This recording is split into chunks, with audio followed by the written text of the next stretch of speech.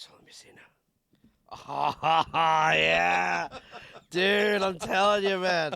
This is what I've wanted for a while. I moved in here a year, a little over a year ago. Yeah. And I've been saying that I'm getting this done. Yeah. Right?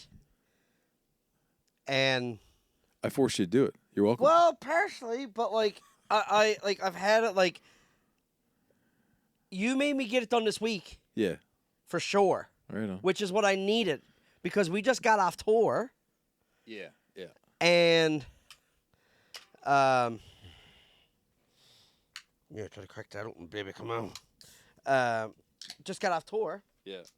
And the thing is, man, like so when you're, you know what it's like when you're on the road, man. Like you got all the piss and vinegar, you got all the mojo, the motivation. You're feeling good, like you're feeling inspired. You're feeling confident, like Yeah. all that stuff. And it's like you got to get right to it. You can't go home and get comfortable. And I feel like you got to start all like get that. Like, for me, anyways. Well, you mean coming off tour, all that energy you had to dive right into setting this up? Like you're still riled up? Is that what you're saying? No, well, that, but just like, okay, so I'll also say this. For everyone tuning in, this is a good friend of mine, Matt Howlett, and we haven't seen each other what? Buddy, I don't even know. I'm wondering if it's like since we last played Ultimate Frisbee. Yeah, or like Halo or something. Like, dude, were you at my apartment in Paradise when we played that one time? Yes. Well, that was probably it. That could have been it. Me, you, Perry, Dom, my brother was there. No way. I think this one it was. Well, that would have been at least like 20, that's at least 15 years ago, right? 2010, yeah. Wow. Right? I think it was even before that. Yes, possible. I think it was before that, because.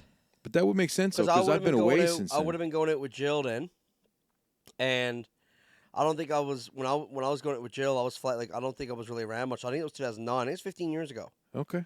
So we haven't seen each other until this very moment, right now. And I'm walking into the and it's studio. not even like we were hanging out for an hour before firing this up. Yeah. Like, you've been here 5 minutes. 5 minutes, pretty much. Yeah. 10 max. 10 max. Right? Yeah. And here it is. So what I love about this is this is a true, genuine catch-up. Yeah. Cut, which is what I want. Is exactly what I'm going for. Is this right now, this moment? So this is the vibe. Yeah. So when you reach out and you're like, "Hey man, like I'm in town." Yeah. Like I was like, perfect. This is yes, immediately yes, because because that's what I think the best podcast is like genuine conversations just captured. Pretend the cameras aren't there, just capture them. Yeah. And well, that's like me and Hilliard, right? Yeah. We tried to go for the same thing, right? Obviously, there's a bit of setup involved. Right, because he was actually in a similar situation. He wasn't coming off tour or anything, but he had a bunch of gear that he wanted to, move around and get rigged up, and so we were doing all that. Right. But once you sit down and you forget everything's running. Right. And it's just me and your buddy having a chat, right? Yeah. But now John, it's a similar vibe here because I was going to say as you were talking, like it must be a Newfoundland thing to be able to just jump into like genuine conversation with someone that you haven't seen in that long. Yeah. You know what I mean? Yeah, and also like it's not like me and you were like best buddies or tight or anything like that. No, not like super close, but like no, like good pals and see each other, and we had same friends, see each other once a week or something like that. You know what I mean? The same group. Yeah, and and that's it. I find guys are good at that too. Yeah, that's part of it. Like, yeah, it's not just Newfoundlanders. Yeah, I mean, I got some other buddies that are like it as well. But I will say that I've got some friends in like BC. Yeah, and that could just be a Vancouver thing, like could be just a big city thing. Yeah, you probably even traveled a little bit more than I have. So what do you think about that? Yeah, we're crowded in BC. I suppose. Like in a way, though, they are. Like, and listen, I'll tell you, in Kelowna, I love the city of Kelowna. That's different in Vancouver. It is. And that's super different in here. It is, but the people, they're just different, boy. Yeah. They're just different. Like It's different culture, for sure. It is, and it's different just what like, we're and, used and to. I'm not trying to say, I'm not. There's people to be like, oh, everyone from there are assholes or this or that. I'm not. Yeah, it's not different bad. I'm not It's even just saying different. that, but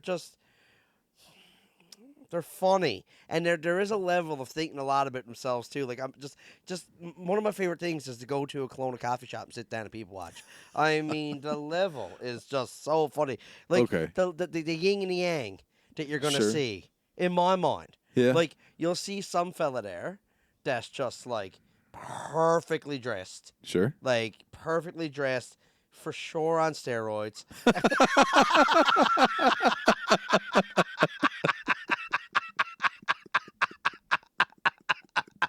Right on. Okay. So that's the Kelowna coffee shop and vibe. then, and like, everything is just, and he's just like what, like there's one guy in particular.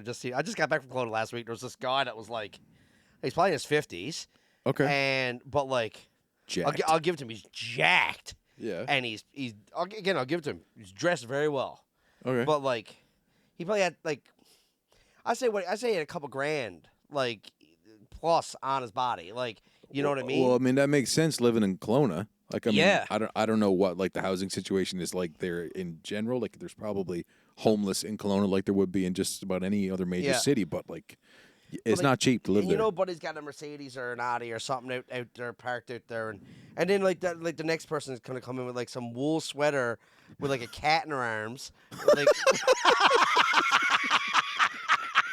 This is a Kelowna version of a hipster. Is that what this is? Wool sweater and cat in their arms.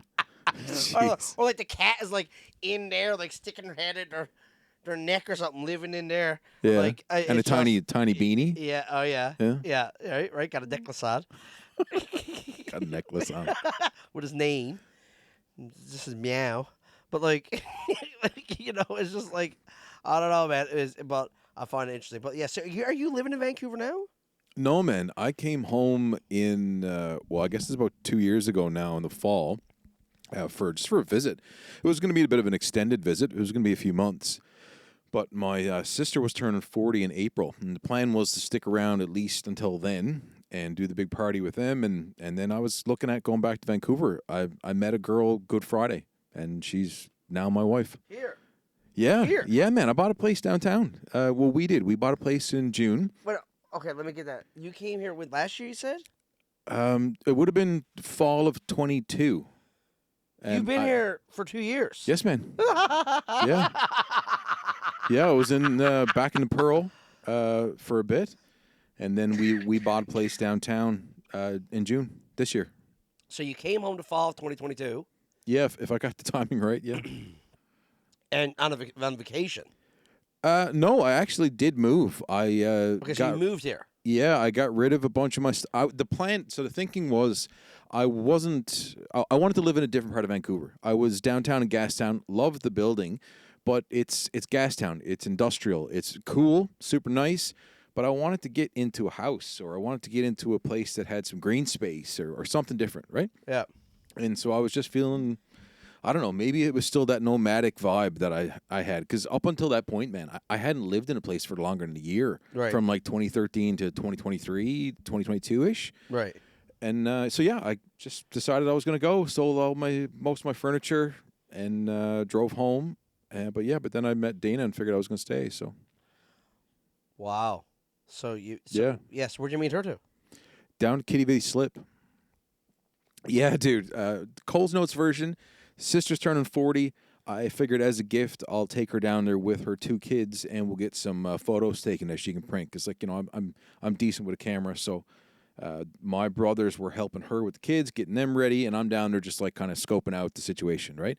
And then Dana comes over from Kitty Valley Brewing. They had been out the night before. Some friends were in town, and they're coming over down at the Slip trying to take a group photo. And they're Dana's trying to balance her phone on a rock, right? And I'm there with the camera, but I had also torn my Achilles recently, about a month before that point. So I'm there on crutches with the boot on, Achilles torn, camera wrapped around my neck. These girls are down there taking a shot, and I'm pretty close to them because I'm at the Slip waiting for my sister. And I just offered to take a photo. And, I mean, I was obviously interested in Dana.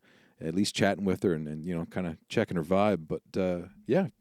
You didn't have a clue she was at the time? No, I didn't know any of them. I just saw They're them. just strangers. Yeah, absolutely, yeah. And you offered to take a picture. Well, I could see that Dana was struggling. You know, her phone was not really resting on that rock. You know what it's like. You're trying to take a photo. You're putting it up on something that's kind of precarious, right? And you said, "Here, I'll take it." Yeah. I'm just said, I just need your email. So that was the line, right? So then I emailed her after, sent her the photos, and then we go back and forth. Oh, you took it in your camera? Yeah, I got a Fuji X-T2, like a you know, fairly professional camera, and just figured I'd take it from him. So I took like a bunch. So you're down there with your camera. Like your camera, like you're Japanese on a tourism visit. Like what? Like I'm at Lake Louise, yeah. All the buses showing up. Why are you down there with that camera? Because my sister was turning 40. We were taking some photos of her and her 2 kids for her birthday. Gotcha. That was the gift, right? We were going to take a bunch of photos and, like, you know, get them professionally printed and framed for her. Right. That was the plan. And so while I was waiting for them to show up, here comes this group of girls, right? And they were like just a bunch of friends getting together. And yeah, man, it was pretty cool. So you got her email. Got her email, sent her the photos, asked her, I think in the first email, if she was single. And then I think we follow each other on Instagram. And that's where it went. You followed each other on Graham. Yeah. Yeah, she sent. And that's it. Yeah, and then you got chatting in DMs. Yeah, pretty much. Yeah. And I asked her out. Good and place to chat when you're single is the Instagram DMs. Instagram DMs and Snapchat chat. Great spot if you're single looking to get down.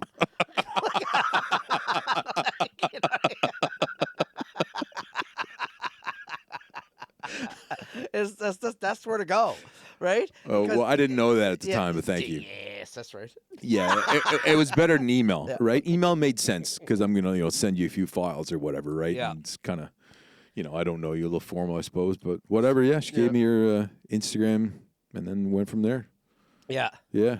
That's dandy. So that was 2 years ago. Yeah, Good Friday 22. And you're married already. Yes, man. Man, you move fast, man. Well, we move fast. We both very much. Yeah. We knew ourselves very well. We know ourselves very well, and at that point, man, after we went out that first time, so like, it wasn't right away because she was she travels for her job. She works. One of her jobs is at MUN. It's in international education, so she travels a fair bit. She was going on a trip, and she had just finishing up this hang with the girls that were in town. So I didn't get to know her like immediately. It was like a month or so later that we had like the first meet up. But yeah. Buddy, you are a savage. That's just it, man. When you know, right? I know. I love it. Listen, and I'm a hopeless romantic myself. Actually, like I love it. Yeah. But like and I knew pretty quick with the one I'm with now, Maggie. Like I knew I chatted with Maggie for a few weeks. DMs. How'd that start? Snapchat. It started with I met her at a house party. All right. Just briefly, and then I met her downtown a couple months later. I didn't even remember her when I first seen her. Okay. And she's like, you don't. She's like, I think she was like, and I had no idea who she was. Like no idea. And then I think she said, "Do you remember me or my name or something?" And just as she said it, it came to me like it was weird. Yep. And I was like, and I played it off like I knew who she was. And I was like, yes. I was like, your name's Maggie. And she's like, yeah. And I was like, oh my God. Surprised by your own brain, like it kind of came back to you. Or I was like, yeah, I was like, you were at that house party that time or something like that. I said, like, whatever it was I said, it was enough to get me through. Yeah, I get you. Right? You. And then, so anyways, we went on probably half a dozen dates or something, and then I ended up going on tour, and she got to go with some other fella, and then a year later, which was it all worked out perfect, and then like I don't know whatever it was. And so, and then that didn't really go anywhere with Buddy, and then Yeah, we I don't know, 6 months later or something. We met up again, went on a handful of dates, and then lockdown. Yes, why? So then got to really know each other then, Yeah. right? Because you were living together at that point? No. We're living in different spots, but like Right. when he's locked down, there's nowhere to go. Yeah. So, and it's not like you're out meeting other women or whatever. Like all you got is whatever you got on the go at the time, right? Yeah, I suppose. You know what I mean? Well, when lockdown Like, happened for me, I was in and Victoria and I was single. Yeah. Now, I met a couple people. I mean, people were still on the go a little bit. Yeah. Yeah, it wasn't too bad. But I had just moved there literally right before the lockdown happened. That was a wild setup. I was going to school there. The program is primarily online, but the campus is there. And I was like, why not move there? Because I was in Canmore, Alberta, and I was ready to leave that place. So I was like, all right, well, why not try Victoria? It's a beautiful spot. It's beautiful. Yeah, I had visited there for like a 3-week residency as part of this master's program. And I'm like, okay, well, why don't I just move there? I get there, I think it was April when I moved there, or maybe the month before. And then the month after I'm there, that's when the lockdown started. Yeah. So it's like people were still kind of on the go a little bit, but man, was that ever weird. Yeah. Like trying to get to know people during lockdown in a new spot. Oh, yeah, that would be rough, man. Yeah. That'd be rough. But you had her. I had her, a good and setup. and it was awesome because I got to know her. We got to know each other so well, Yeah. so fast, and like so quickly. I was like, oh hell yeah! I was like, this is Your best kind. I'm like, this is odd to happen to find the right one just a few weeks before a global pandemic lockdown. Yeah. Because I knew you just knew. That's Yeah. all. So that's. Yeah, that's Dude, that's how interesting. often or at all does this kind of stuff make it into your routine? Like, do you Oh, talk just- about her and like? I don't have one joke on her. No, Never have told. No, that's a lie. is that on purpose? Yes and no. Okay. What I do is on purpose. She hasn't been in it. Yeah. So I guess she's purposely not in it, in that sense. But like, it's not like I don't want to have her in my stand up type of thing. Sure. It's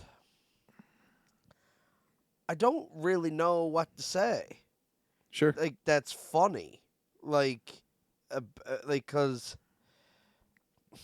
Your stuff is because I can come up with a lot of comedy on my exes. okay. I haven't, but I could. That's unsafe. It's not just unsafe. I just haven't gotten around to it mostly, Right. and also I haven't want to, like. Okay, another thing too is like I pride myself. Every comedian prides himself in trying to be as original as possible. Nobody wants. First Sure, of all, okay. stealing is against it. Yeah. And then you don't want to be a hack, right? Right. So anytime you could be original, you take it. So Yeah. like relationship humor, to me, it's always there in the back burner. Okay. That's how I view it. Yeah. It's always there to dip into, if to explore that option if you want to. But I've been so fortunate. So I've been with her now 4.5 years. One of those years is lockdown. Yeah. There's no shows. So I've had Jesus, man, what? 4 sets. Oh Jesus, I've had 4 different sets, because every year we got a new half hour, Okay. and for Best Gone tour. So the first year I was with her, my whole set was on COVID. The whole set, because I like to do themes.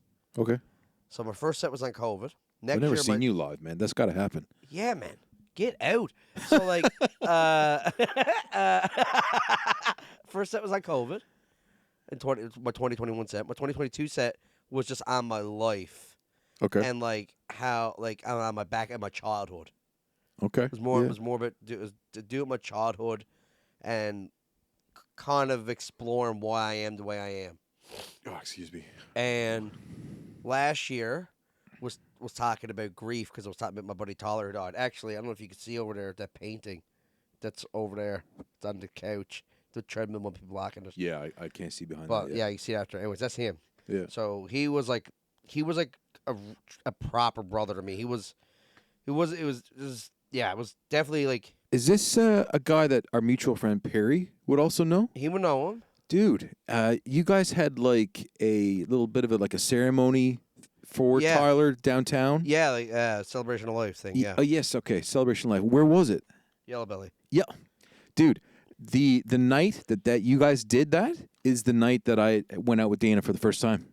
That's hilarious. I'm just, I was waiting outside of the Yellow Belly for her. Right. And then Perry walks up. Right. And I'm like, hey, man, like, haven't seen you in a while. What are you at? Right. And as he said, yeah, my buddy passed away. This is what we're doing. Right. And then she walked up, and it was the first time I had seen her in what I'll call, like, normal clothes. When she went out with her girlfriends, it was like they were out the night before. Yeah. And she wasn't feeling that great the next morning. He had, like, a hoodie on and, like, baseball cap, which she hardly ever wears. And she looked different when she came walking towards me. Yeah, I was like, honestly, I've told her this. She knows this already. I was like, wow, like, I'm a little intimidated, a little nervous for, like, a minute, right? But yeah, Perry was there. She comes up, and then we go in, and I guess Perry went upstairs. Yeah. Is there an upstairs? Yeah. Oh, yeah. Yellow Belly. There's like 4 or 5 levels. Yellow Belly. Oh, okay. I've only been main level and then the underbelly. Yeah. That's where we went. Yeah. So it was upstairs, but so my set was like was talking about like him and like it was like grieving, talking about like death and grief, and it was a very dark set. It was very dark humor. And it was making fun of like how he died and the shit that you go through when somebody close to you dies, and the shit that people says to you to try to make you feel better, but don't make you feel better. It just annoys you, and making jokes about all that stuff, and making that relatable because everybody goes through death. So it could be like when someone dies, how this happens, that happens. So like it was relatable to the audience. Yeah. Most people liked it. Some people found it too dark, but that's it. Not every year is going to be for everyone because I'm not. I'm also not out there. I'm not even, when I do it, it's not even like, what do people want to hear? And I'm like, okay, I'm going to write jokes on that. It's more like, what do I find funny? What do I want to talk about? Yeah. And then how do I deliver it? Like, I'll change how I say it and deliver it for the crowd so they find it funny. But I'm not so much changing what I'm talking about. Yeah, that's like a theme with creators, and that's kind of the way it has to be. I was just interviewing a guy yesterday on my podcast, The Ockery, Steven Robles. He's got a YouTube channel. He just hit 100,000 subscribers. Wow. Nice. Yeah, pretty cool. And so he does like mostly tech reviews on his main show. He's got another one. 99,000 my way, would you? Yeah. Only got a little I'll see what I can do. Yeah. Yes, my connections are so strong right now. Yeah. Yeah. This is a guy I just met him. Right. Yeah. I just sent him an email. I'm like, hey, would you be up for this? Yeah. And he was on it. Yeah, he was great. But that's one of the things that I was asking him about. I'm like, do you ever feel pressure as a content creator to make content that is like a certain type of thing or make it in a certain way? And he's like, no, it's just like, I make content that I'm interested in. He reviews tech, right? So if it's like home security gadgets or smart home stuff, whatever it is, right? And you just got to do it that way. And in that conversation, I was saying that makes so much sense to me. When I was doing my thesis, that was a whole new world for me, doing a master's degree. I was fish out of water for the first bit. What did you do master's in? Communications. Yeah, I wanted to do something different. Yeah, so I just picked something I was interested in. That's really all it was. I didn't plan on going into like, PR, comms work or anything like that. And anyways, when I took the thesis route, I had to figure out like some direction for that. Had a bunch of ideas, sat down with a prof, trying to like kind of figure that out. And I was just like, man, I just want to do something that matters. Because, you're doing research, you're doing academic work, right? I wanted it to have an impact, to help people, and even just, help myself learn. And he's like, well, you know what? If you do something that's interesting to you, good chance it's going to be interesting to other people. And I was saying to Steven yesterday in the interview, I was like, that made so much sense to me. It was almost like I already knew it, but I hadn't heard it put that way before. And that's like same thing with you. Like, it's like got to be that way. 100%. You got to do what it is that you like to do and what you're interested in and what makes you tick and all that stuff, and then just double down on that. Like I was really good at listening to. I was kind of bad listening. Like I was bad listening in class as a kid. I used to get kicked out all the time My parents were so No sick and way. tired of the phone calls home and like. Where'd you grow up? Buren. Okay. But the thing was that like it wasn't like I never got one like proper like I never did get expelled. Okay. And I might have had like one like proper detention. There was 2 types of detentions in Buren. There was detention because you got in a fight or told a teacher to fuck off or something like that. Yeah. You know what I mean? And then there was homework detention. Homework There's detention? 2 different rooms for detention. Like if you didn't do your homework. You got detention for not doing your homework? Yes. Like more than once? Had to be repeated offender. Oh, that one I got dozens of times. It used to suck, man. Hey, lunchtime, man. Everyone's out in the hallway laughing, carrying on. You're stuck in some classroom by yourself. Oh, lunchroom detention. Okay. Well, it wouldn't be in the lunchroom. It was in a classroom that's down fucking away from everything. And you'd have to spend, if you have 40 minutes for lunch, you have to spend like 30 minutes. And then they give you 10 minutes to go get something to eat right quick and get back to class. Okay. Right? So detention would be mostly lunch. Yeah. Right? And oh my God. I used to get a shit ton of them. But like I wasn't bad for being bad. But I used to get called home and kicked out of class. And they threatened to like suspend me. I got threatened to get suspended, being like, you know, like if Colin's gonna keep being a problem with this class, we're gonna have to suspend him. Yeah. But I never did get suspended. But that used to get thrown there a lot, and I used to get grounded and shit, and fucking fights thrown down. But like, yeah. Was your brother the same? No, I don't Really? know. I've never got a Chalk call and home. cheese. Maybe once or twice or something. Oh, okay. All right. I got called home. Dude, grade, was it 12? I remember the classroom. I always get 10 and 12 mixed up in high school because I actually had English in the same room. So when my memory always plays tricks on me, Okay. if it was grade 10 or grade 12. But I got kicked out 15 days in a row. How do you get kicked out of something 15 days in a row and not get expelled? Isn't that crazy? Like they want you gone. Yeah. No, but he said to me in that 15th day, he said, Colin, this is getting out of hand. He said, next time, that's it. Like, you're going to get suspended. Next time. Yeah. After 15 times. If I got to do this a 16th time. It sounds like he's enabling you at that right? point. I know. But the best was, I remember it was Death on the Ice when I got kicked out for one of them. We were reading Death on the Ice, and and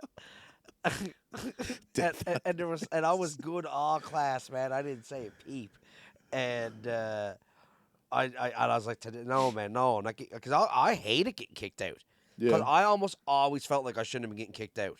Okay. And I used to get pissed off. And I used to get a bit saucy. Yeah. Not meaning to with the teachers. And yeah, like nothing crazy saucy, but saucy enough, like just defending myself. I'd be like, what am I getting kicked out for? Right? Like, and then they're like, don't talk back. And I'm like, I can't ask questions. Right? I'm like, I'm not even trying to talk back. As you're explaining this is playing out in my mind. I can envision you in the classroom. Just like, I can't ask questions. Like, totally exasperated, right? Like, oh man. Yeah. So like, and then I'd be like, you know what? I'd be like, you want to know what, man? Like, you're crazy. Sometimes I'd say shit like that to him, right? Yeah. And I'd be like, you know what? You know what? Fine. I don't want to be here anyways. If you're getting on like that, right? Can't even talk in this room.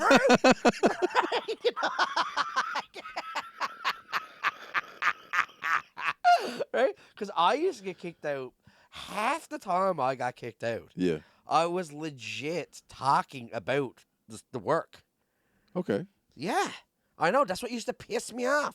But I guess I'm so fucking loud that like it was a problem. But like I thought I was whispering. Like You're just really excited about Death on the Ice. Yeah, man. And just like I used to get kicked out because like, but Death on the Ice is a different one. I didn't say peep all day. Right. And then no, Lord of the Flies came along. That's what got you excited. No, there was some word, man. Like there was some moment in the story. There was something. Anyways, there was a joke. Okay. Right there on a silver platter, and I'm like, is nobody gonna say it? And I was like, fuck it, what's one more day? I'll keep the streak going. Because I knew if I It's say been 14. What's 15? So I say it. That was day 14, I believe. And, or 13. Yeah. No, maybe it was 15. I remember him saying, too, like, yeah. I remember saying, like, I can't take it anymore, like, seriously. But, yeah, I knew when I said it. And I said it. And when I said it, whatever it was I said to class, the whole class laughed. Yeah. Including the teacher. He laughed at it. And while he was laughing, he just pointed at the door That's while 15, he was laughing. Colin. Yeah. And I just got up and was like, yep. And I just walked out. And then, I just used to sit down on the floor by the door. Yeah. Like, what else are you supposed to do? Like, whatever, like, lean up against a locker or something. You can't look at no phones. You can't whatever. And if you go for a walk, and he comes out and you're gone, well, now you're in more trouble. So where are you supposed to go? You're supposed to hang up at the door. That's the one I got kicked out. Now, some teachers used to be... This is Buren High School. Sometimes, yeah, if I hated the teacher, I'd be like, I'm not staying by the fucking door. And I'd go outdoors. Okay. I wait for the bell to ring. I come back in. Oh man, I was too good. I was basically the good boy. Yeah, I mean, I had detention definitely once. I remember that. And I'm pretty sure that was over like a spitball event. Pretty sure. Actually, I think the teacher who gave me detention later was at one of the churches that I pastored at. Pretty sure it was her. I'm pretty sure it was her class. It was French. So I definitely had detention at least once, but that might have been it. And then there was another time. This is stupid shit. I ran outside of class, ran around the backside of Vader's, which is Larry's Brook now, kicked snow into a window, right? Because the windows were open and we were in like a basement level class. I don't even know why I did that. It was stupid. But yeah, I don't even think I got kicked out of class for that. Yeah. Yeah, I never used to try to... I wasn't a bad kid. That's what I was getting at, was that, like, I wasn't a bad kid. Like, I was a really good kid. Yeah. Like, I never got in trouble with the law, and I never got a detention. But I just get kicked out of class and called home all the time. Yeah. Used to be called home all the time. It was barely a month. And sometimes it was week after week after week after week. Like, it was, it was so what's the week. repercussions of that? Called home, like, who's the disciplinarian? Mom, dad, both?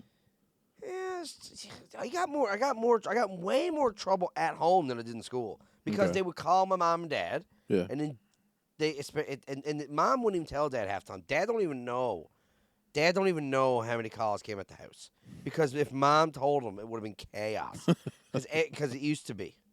And most times it's because it was petty bullshit. So why she not even going to tell dad? Okay. And she just didn't want to deal with the drama and didn't deal with dad being all pissed off and whatever. So, anyways, but. Yeah, when Dad used to find out, oh my God, man. I used to hate it when Dad used to go to parent-teacher interview. It was the worst. There was nothing worse. How many teachers did you even have out there? I imagine like a small setup. I mean, pretty good school system like that. I mean, Jesus. I mean, I had dozens of teachers. Like, okay. Throughout my K-12, but like in different ways. But so you I want to talk about you though. So. You I can't stop yawning. Oh, my God. Graduated high school where? Vader's. What's that? Yeah, exactly. It don't exist anymore. I mean, the building is there. It's Larry's Brook. So Larry's Brook Elementary. Okay, so the elementary that I went through. Where's Larry's Brook? Oh, where we used to play Frisbee. That field. Lark Hall. Thank you. That's the name of the street, yeah. Okay, all right. So Lark Hall Academy? I'm pretty sure it is Larry's Brook. Yeah. I've never heard that called Larry's Brook, but it could be. Okay, the junior high is definitely called St. John's to me. That's what I call that. Okay? I don't know about a mall. When you said Larry's Brook, I was starting to think, man, is anything like Robert's Arms? I could be wrong. I was like, Larry's Brook? I've been all over this island, man. I've never heard tell of fucking Larry's Brook. Are you serious? Like, what part of the fucking bay is Larry's Brook? Because when I asked you when you graduated, when I asked you where did you graduate, or where did you graduate, yeah. To me, the answer I was looking for that time was St. John's. Okay. Because where'd you graduate? St. John's. Where'd you go to school? Okay. I thought it said school. I grew up in Mount Pearl, but I went to school in St. John's because I grew up during like the denominational school systems, right? So after that, what'd you do then? Did you go up to Toronto? No. Where'd you go? Edmonton. You went to the Edmonton one. Yeah. So you became a Pentecostal pastor. Yes. And that's when we met, right? That's where I met. Yeah. Because was it Spruce? Yeah. Spruce It would have Hills? been just after I finished undergrad, came home, and was living in paradise. Right. Yeah. Because I had that little stint when I first moved to St. John's where I was kicking around a few different churches the first couple of years. Yeah. Back when I used to go to church, and I was messing around with Elam and. Yeah, and that's how we would have met each other because there's. Is it the name of it? Yeah. Or whatever, Halloween. Yes. Yeah. I went over there briefly, not much, and then mostly Elam. But then Elam was fucking. I thought it was weird, and there was so much weird that was going on with that I didn't like. So then I found out about the Spruce Hills place, and I was like, oh, I like this place. I got coffee and Timbits. It's way better. It's way more game changer. Way more. Yeah, way more my vibe because that whole traditional. Sure. Church thing, man. Like Spruce was a lot more chill for sure. It definitely felt way more not as formal. Yes, and I felt more in the spirit of what I feel it should be. Okay. And then, I liked that. It was less formal. Yeah. I feel like that really formal thing. I feel like that was created hundreds of years ago, and it made sense then. And I feel like it didn't evolve because they feel like, but for whatever reason, just they think that's what it's supposed to be. But I don't think that's what it's supposed to be personally. Yeah. But I like that vibe at Spruce. So I met you there. I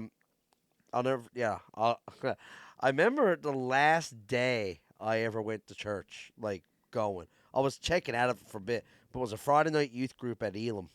Okay. And we left afterwards and went up to Subway on Kelsey Drive. I was in the car. There's a few of us there. And I believe Perry was in the car that night, actually. But you guys are the same age, right? Yeah. Yeah. And anyways, it was Trixie, the old prostitute. She was on the news when she died.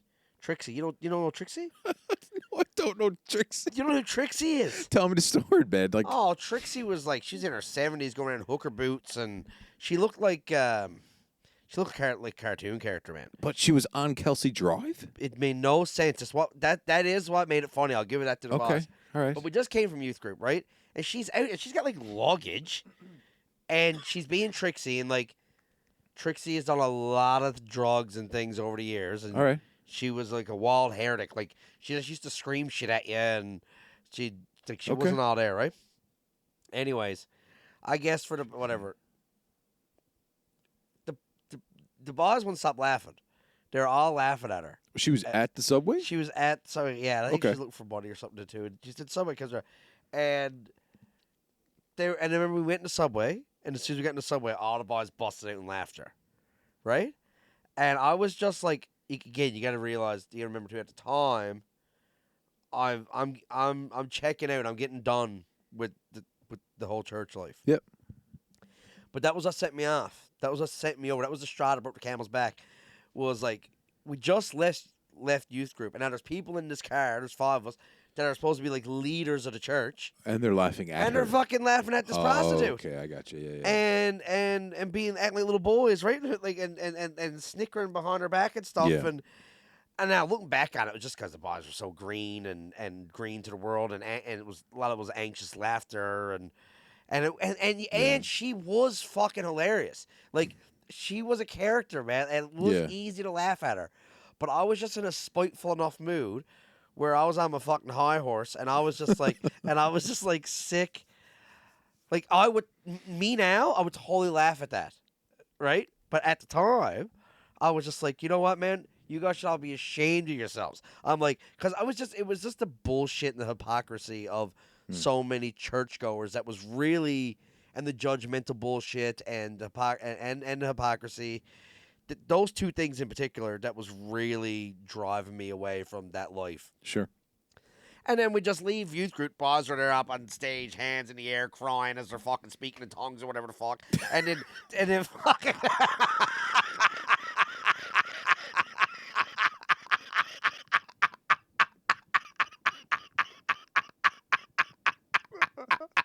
And then 15 minutes later, they're making fun of a prostitute just down the street.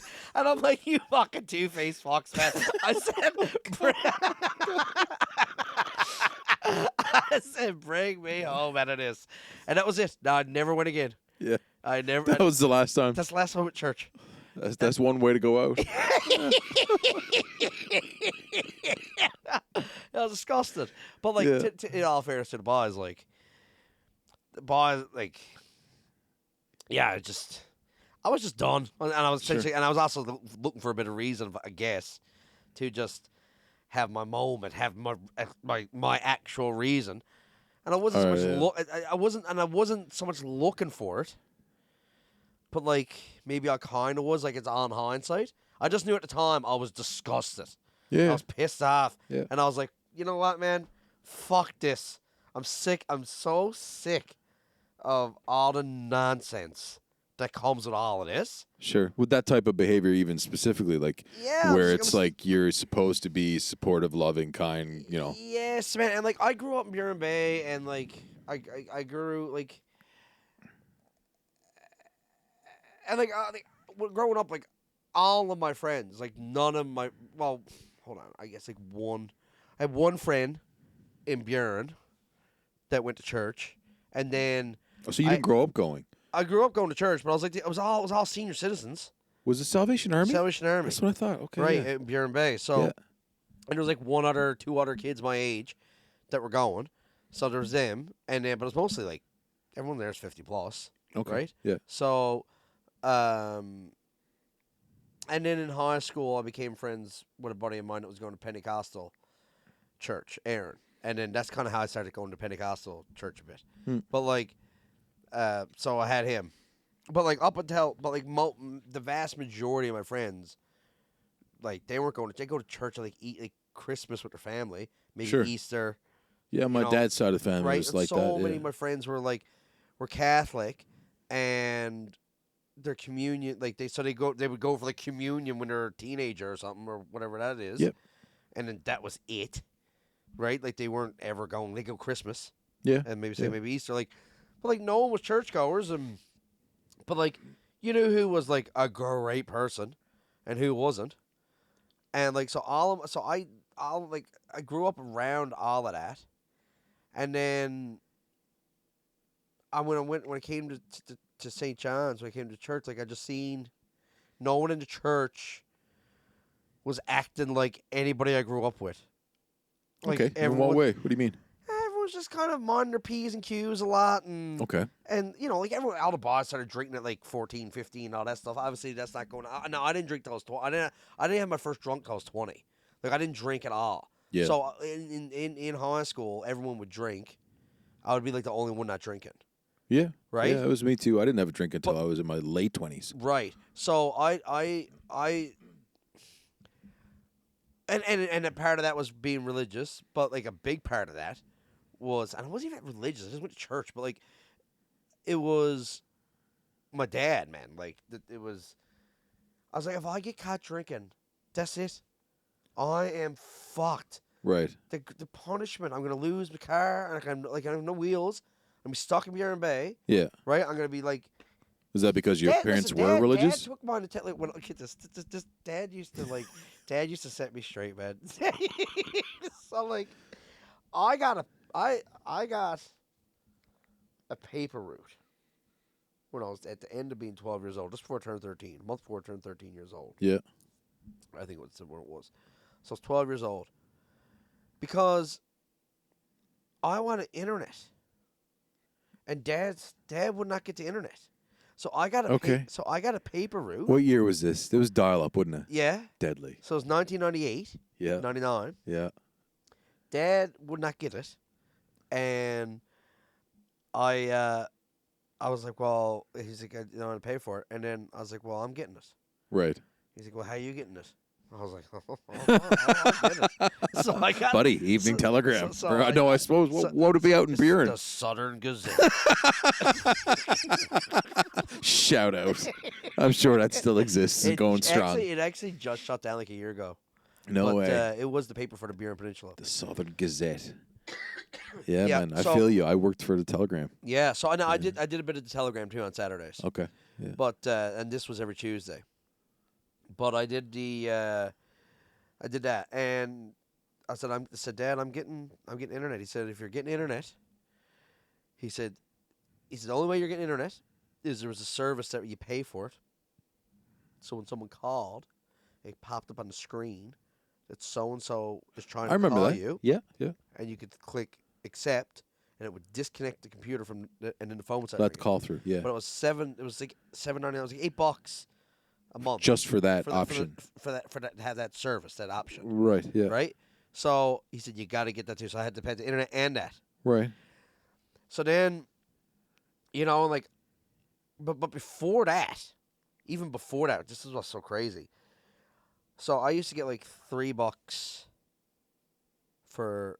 Actually, I used to get slices of pizza for lunch. This okay. Yeah. And I wanted a Nintendo 64 some fucking bad. And the parents were like, we're not getting it. It's too expensive. It's way too expensive. You're not getting it. I used to sell my slices of pizza at school. Right? Yeah. Because everyone wanted my pizza because my mom makes a wicked pizza. Okay. So I would sell pizza like $3-4, $5 a slice. Right? And then I might go get some fries, and I'd have $4 or $5 left over. Yeah. Right? I kept doing that, and on Friday I would get $3, $4 for or whatever for something. So say if something was $3, I get or whatever. Like I get fries at like $1.50, $2, and I'd have like $1 left over. I kept doing that, and then I got birthday money and Christmas money, and after a year of all of that, I now had over $300. You're starving yourself, eating nothing but fries for lunch. Well, everyone was eating fries for lunch. You're a fucking kid, boy. So it's just like... Right on. So, and then I went and then had to go to Walmart in St. John's, driving to St. John's, Walmart in Avalon Mall, and I bought the N64 there, and the gray piece that used to screw into the back of the TV. Yeah. Like the converter. So that was over. That was like $350, right? This is $350 like 20 years, like 30 years ago. Yeah. 25 years ago. Yeah. So, So, best con. I do that, and then I got the paper route. So I'll be like saving up and like I back. And those games were expensive, man. They were $100 plus tax. Dude, I don't 25 years ago. Yeah. Anyways, I had dozens of games because I was working. Yeah. Right, at a paper route. Oh, yeah. Man. Right? So, anyways, I don't even know what I did. That's how what I did was so little. But whatever it was I did, I don't know, got saucy with Mom or something. Yeah. But Dad snapped, and he said, that's it. Whatever it was, he said, them fucking video games, that's it. That's the only way you're going to learn. Dad, so we had what was called CHCM bulletin board. Oh, what? So, the radio station down in CHCM. Oh, okay. Yeah. It was a bulletin board. That was before Facebook Marketplace and Kijiji and shit, right? Sure. So you call down to the radio station, be like, "Yeah, I'd like to put something on the bulletin board." So your father sold your gear through a bulletin board? So I used to put stuff on there all the time. Like maybe I want to sell a game, right? Yeah. Hey, can you put on Wayne Gretzky's 3D hockey for $30? 891-2379. Tell Nas for Colin, right? And then no way, okay, boom, and then you'd be listening to like open line, right? Like Patty Daly and no, it wasn't Patty Daly, Tom, Baz Jameson or whatever. Baz, yeah. And then it would cut the commercial break, but then we get the Marystown commercials. No way. Because it was channeled through, right? Okay. Because VOCM is St. John's, but they had all kinds of stations that around the bay, and VOCM just got patched through those stations, right? Wait, so you're telling me you call in, like, leave a message or whatever, and someone reads out these ads? Yeah. Yes. Yeah. So all like, right. instead of cutting to ads, home hardware or whatever, Sure. or cutting to the weather or news, and now it's time for the VOC and bulletin board. No way. Because that's how, Colin Hollett is selling his Wayne Gretzky hockey. Yeah, call this number, ask for Colin. We got 4 winter tires in garnish, studded, ready to go. Studded, lightly used at the end of last winter. Would fit a Honda Civic. Call Ashley. Oh man, and this and that, right? So like, and you be sat down and listen to that, man. Be like, you never know what the hell you're gonna hear on that. You get just you get deals on that. It was wicked, man. Everybody used to listen to that. So, anyways, that's amazing. Dad calls down, puts my N64 and my games that I dropped thousands of dollars in as like a 13-year-old. Yeah, with all the games you would have at that point. Right? Yeah. But here's the thing: 13-year-olds right now got cell phones and iPads, and they're wearing Lululemon, man, to fucking teenagers, and right? They haven't bought a cent of it. It's the parents buying all of it and giving it to them, right? I fucking worked for it. I got it. You know what I mean? You're still in therapy for this, aren't you? And Dad calls the fucking puts my shit up there. The phone's ringing. Yeah, just looking to call for these, just wondering about the system and the games. Yeah. I was distraught. Now, he didn't sell it. Looking back on it, Nobody bought that. people called about it, right? But they'd be like, everybody calls for that system now. I go, I'll be taking care of that, right? Yeah. So like, I couldn't even negotiate the call, negotiate the price, whatever. Yeah. Looking back on it, Dad would make sure I was there in the corner, be like, yeah, don't mind that. This is me trying to teach my young fella a lesson. He was never going to sell it. No it way. never did get sold. He only put up for one day, and the phone was ringing off the hook, because you got to call in every day. Right. And put it back up. Okay. So he only did it for one day, and when anyone called, in hindsight, that's what happened. That's what had to happen, because people called about it. Yeah. But no one came to buy it ever. But looking back on it now, as I'm older, and I know who he is and who I am, that's what he was doing. He put it up on a bulletin board, and he didn't no intention to sell it. Did you learn your lesson? Man, I was high on the couch down in Kitty Vitty. I was like 30 years old. Yeah. 29 years old, high on a sectional couch when it just hit me. Because I answered the phone one time. Yeah. And for whatever reason, that I was high, and like that memory replayed in my head. Yeah. And it played so clearly, I heard the voice. And when I heard it back, I was like, that was his best friend, man.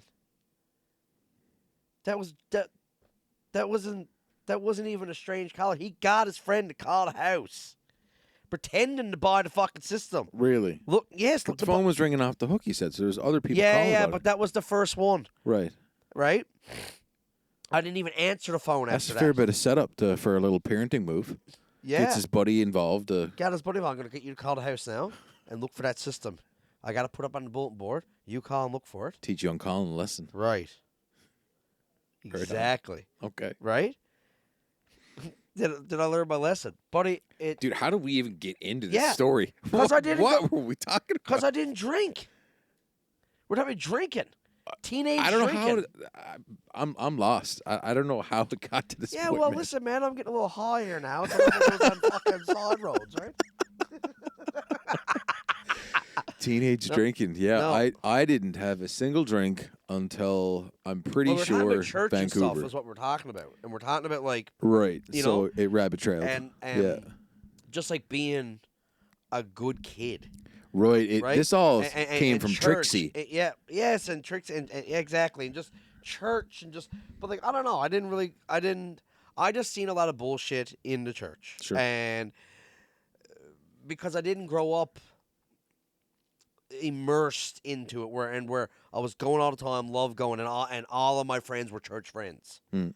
And when I started to dip my toes in the water in here, you could see a lot of people that never really had friends outside the church. Yeah. All their friends were church friends. So it was like,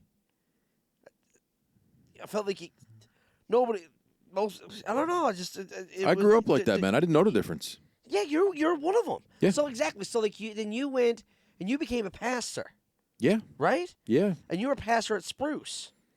Yeah. I mean, technically, I wasn't on staff, but I mean, I think the lead pastor looked at me that way. Because like what happened there? Well, I mean, like why did I finish there? Or? Yeah, yes, like you left, right? Yeah, I left. Like, I heard a bit of the podcast with John. Okay. That you did, and like I heard you talking about it a bit, but I was just like, what are they talking about? Like I don't, because it was things were staying vague and stuff a bit, and like I couldn't. Like, yeah, well, it some sounded of like there was some bullshit or some drama or something going on with that, or. Not with Spruce. No, I mean I obviously somewhere else then. Well, not with the leaving Spruce. That was just I was offered a position at Bethesda, that church out by the Holiday Inn. Right. And I wanted to do that type of work full time at that time. Right. But back then, when I was at Spruce, that was fully volunteer, right? Right. Yeah. So I wasn't on staff. You know, I wasn't bouncing around with the pastor at the time. You know, doing all the same stuff that he was doing. I was working in youth care at the time. Right. So I had a full time youth care job and was just helping out at Spruce whenever I could. Right. Yeah. I mean, I didn't have the title of pastor, but you know, I led like the music. You did. Yeah, I remember you leading. Yeah, I like emceed the services, right? Like did all the music stuff and helped out with audiovisual and some young adult stuff, and yeah, but that was great. I mean, I like that for many reasons, but one of which is the same as you. It had that community vibe. It wasn't as formal. It didn't feel religious. I like that vibe. Yeah, it was a good vibe. But yeah, I just finished up there because I think I was really just looking forward to doing it full time, right, and not having to work another job in order to do that. Yeah. So okay, so what happened there? Well, Chalk and Cheese, man, they're two very different places, right? Right. So Spruce is what you were talking about, very informal, very casual. It was weird, man. I didn't like. I went there and there's Yeah, well, it was very different. It's very traditional. I mean, I'm pretty sure it's the longest running Pentecostal church on the island. It's the first one. Yeah. Right? Started in like 1910 or 1911. Yeah. But yeah, it's very traditional, and I'm not. You know, I'm a little anti-authority. I got a little bit of that in me for sure. So you guys bumped heads. Yeah, there was a little bit of head bumping for sure. You know, there's. I think I did my best to do what I thought a pastor is called to do. Right. And I definitely upset some people. Some decisions weren't agreed with. That makes sense. How does what? How does being a pastor upset? Oh, so easily. What? So easily. I don't understand. Far too easily. That's like saying like a bartender got in trouble for being a bartender. Like, you know what I mean? Well, like, I mean, like, okay, so I always serving up drinks people didn't want. Serving up drinks people didn't want. Is that what you're at? I mean, yeah. I don't know if I was. Yeah, sure. Let's put it that way. Serving up drinks that people didn't want. I definitely made some decisions that people didn't agree with. But, like, here's what I think about that is, like, if you are a Christian, you should be able to agree to disagree and look out for, like, the group as a whole. Right. And it's not like what I was deciding on was going to, like, burn the place down. It's not like what I was deciding on was going against Scripture in any way. It was just not someone's preference. Right. You know what I mean? Right. This is obviously my opinion on all that went down. We just didn't see things the same way. Right? I did not know from the beginning. Scripture differently? No, not anything theological like that. It was really just preferences around programs. That's something to bump heads over. Like if you're like, I interpret this way, well, we don't interpret it that way. Well, that would be an actual issue. Yeah, right? Because like I was working under the Pentecostal denomination. Because that makes sense. Yeah, and that's not what it was, right? It wasn't some different interpretation of Scripture, some different, theological standpoint. So what was type it, thing. like messages that you were given? That you're given, or like no, the way you were delivering it? No, interpersonal conflict is really all it is. It's like, you and me, we're both in the podcast world, right? If I got a preference for how I'm going to do this, if I walked in here tonight and didn't like that you were projecting this background, just stupid shit like that. As I have a preference, it's different than yours. we can't like seem to agree on a common ground, so we're just going to be pissed at each other about it. You know what I mean?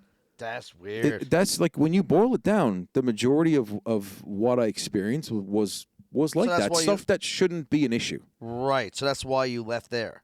Pretty much. Yeah. I mean, that is one way of putting it for sure. Yeah, but it wasn't anything like, differences in theology or I like had some massive moral failure or nothing like that. Right. No. So you weren't diddling kids. Oh my God, Colin. I was gonna, when I asked you, like, what would you like to drink? I'll bring you something. I almost got you a kombucha. I think I should have got you a kombucha. I regret this decision. I am drinking a vodka cranberry from the Newfoundland Distillery Co. because I was right in the mood for a vodka cranberry. I picked you up some weed drink that I thought they would sell at the liquor store. No. I've never bought it. Dude, I'm a bit green with that. And then so I asked the guy at the liquor store. Dude. And, yeah. You got me a cream soda. They told me that was the most popular flavor. Because I didn't know what I was at. I suppose it is with 43 grams of sugar, man. Jesus Christ, man. That's some lot, isn't it? 43? Yeah. That's a lot of That's sugar, like Pepsi and a half. Mm-hmm. But do you like it? It's delicious. Okay, well, you're welcome. But, thank you. I did good. Thank you very much. Yeah. Oh, listen, you did great. I loved weed drinks, man. Okay. The weed drinks are great because... I'm not into like but edibles. I'm not into your it. Chest, okay. Right? Like the smoking. Sure. It can do. And the lungs and that. And you like with joints, you get some potent shit. I mean, a couple... You take puff a little, just one puff a little longer maybe than what you should have. Maybe you don't realize how strong it is. You can get way more bombed than you want it. But with the drinks, you're in way more control because you can sip it. I believe you. I don't think. I think I'm done with all that. I sound like I've been at it for years, right? Guy who didn't have a drink. I think I am done with all of that. All of that. God. That chapter of my life is closed. Of all of that. Oh my God. You're making it sound so much more ridiculous. Thank you. And I don't even have the FM radio around anymore. Man, it's AM. The FM. I'm done with all of that. I first tried weed, honestly, Yeah. when I was going through the Masters. I was living in Victoria, started the pandemic, didn't really know anybody, and like I was stressing out. So like I heard from a friend like that his wife was dealing with anxiety, and that was her solution. Yeah. I was like, okay, like I'll give this a whirl. I found it helpful, but I didn't like how it dried me out. So that's why I want to give it up. You got to have water. Yeah, so that's why I give it up. Now, mushrooms, like I can microdose. I like that. That works for me. Mushrooms are beautiful. Yeah. Beautiful, man. Changed my life. Mushroom zip. Yeah? Yeah, for sure. And I didn't even eat that much. I was terrified to eat them. Really? Yeah, because I was just really scared I was going to hallucinate and all this other stuff because I've heard that drugs, if you really are scared and thinking about that, that's kind of what tends to happen. Right. So then, and I was thinking, oh yeah, I will. Like that'll happen now. Anyways, I was in the right. I was with the right group of people. Yeah. One of the best weekends of my life, man, was that weekend. I was just with the perfect group of people, perfect laugh. Was that the first time then? Or? Yeah, okay. the mushrooms, and I didn't even get that. I barely felt it. It was, but I did. I definitely got a little high. I remember the colors and all the lights. Everything was looking beautiful, and oh, dude, I got a story for you. But yeah, keep going. But I was just like, I do remember thinking, I just had a moment where I was like, you know what, everything's gonna be okay, because like I was a little stressing out over something, and I was just like, what am I stressing for? Like this, like I was like, it's gonna be okay. Like, of course it's gonna be okay. Like, cause even if this thing don't go your way, yeah, then it's because it's not supposed to, and then you'll just do the next thing. Like, what are you stressing about? Like, everything's gonna be fine. Was there Everything's gonna be okay. something like big going on in life No, at no, that no. It time, was or just just no, no, general no. sense? Okay. No, I was Yeah. just I was kind of just trying to figure out exactly what I was at and where I was going. Okay. And yeah, and then like I say, it was a couple weeks later. Then like I ended up getting on to go with Maggie, and I remember like the way I talked to her, and was just different. Yep.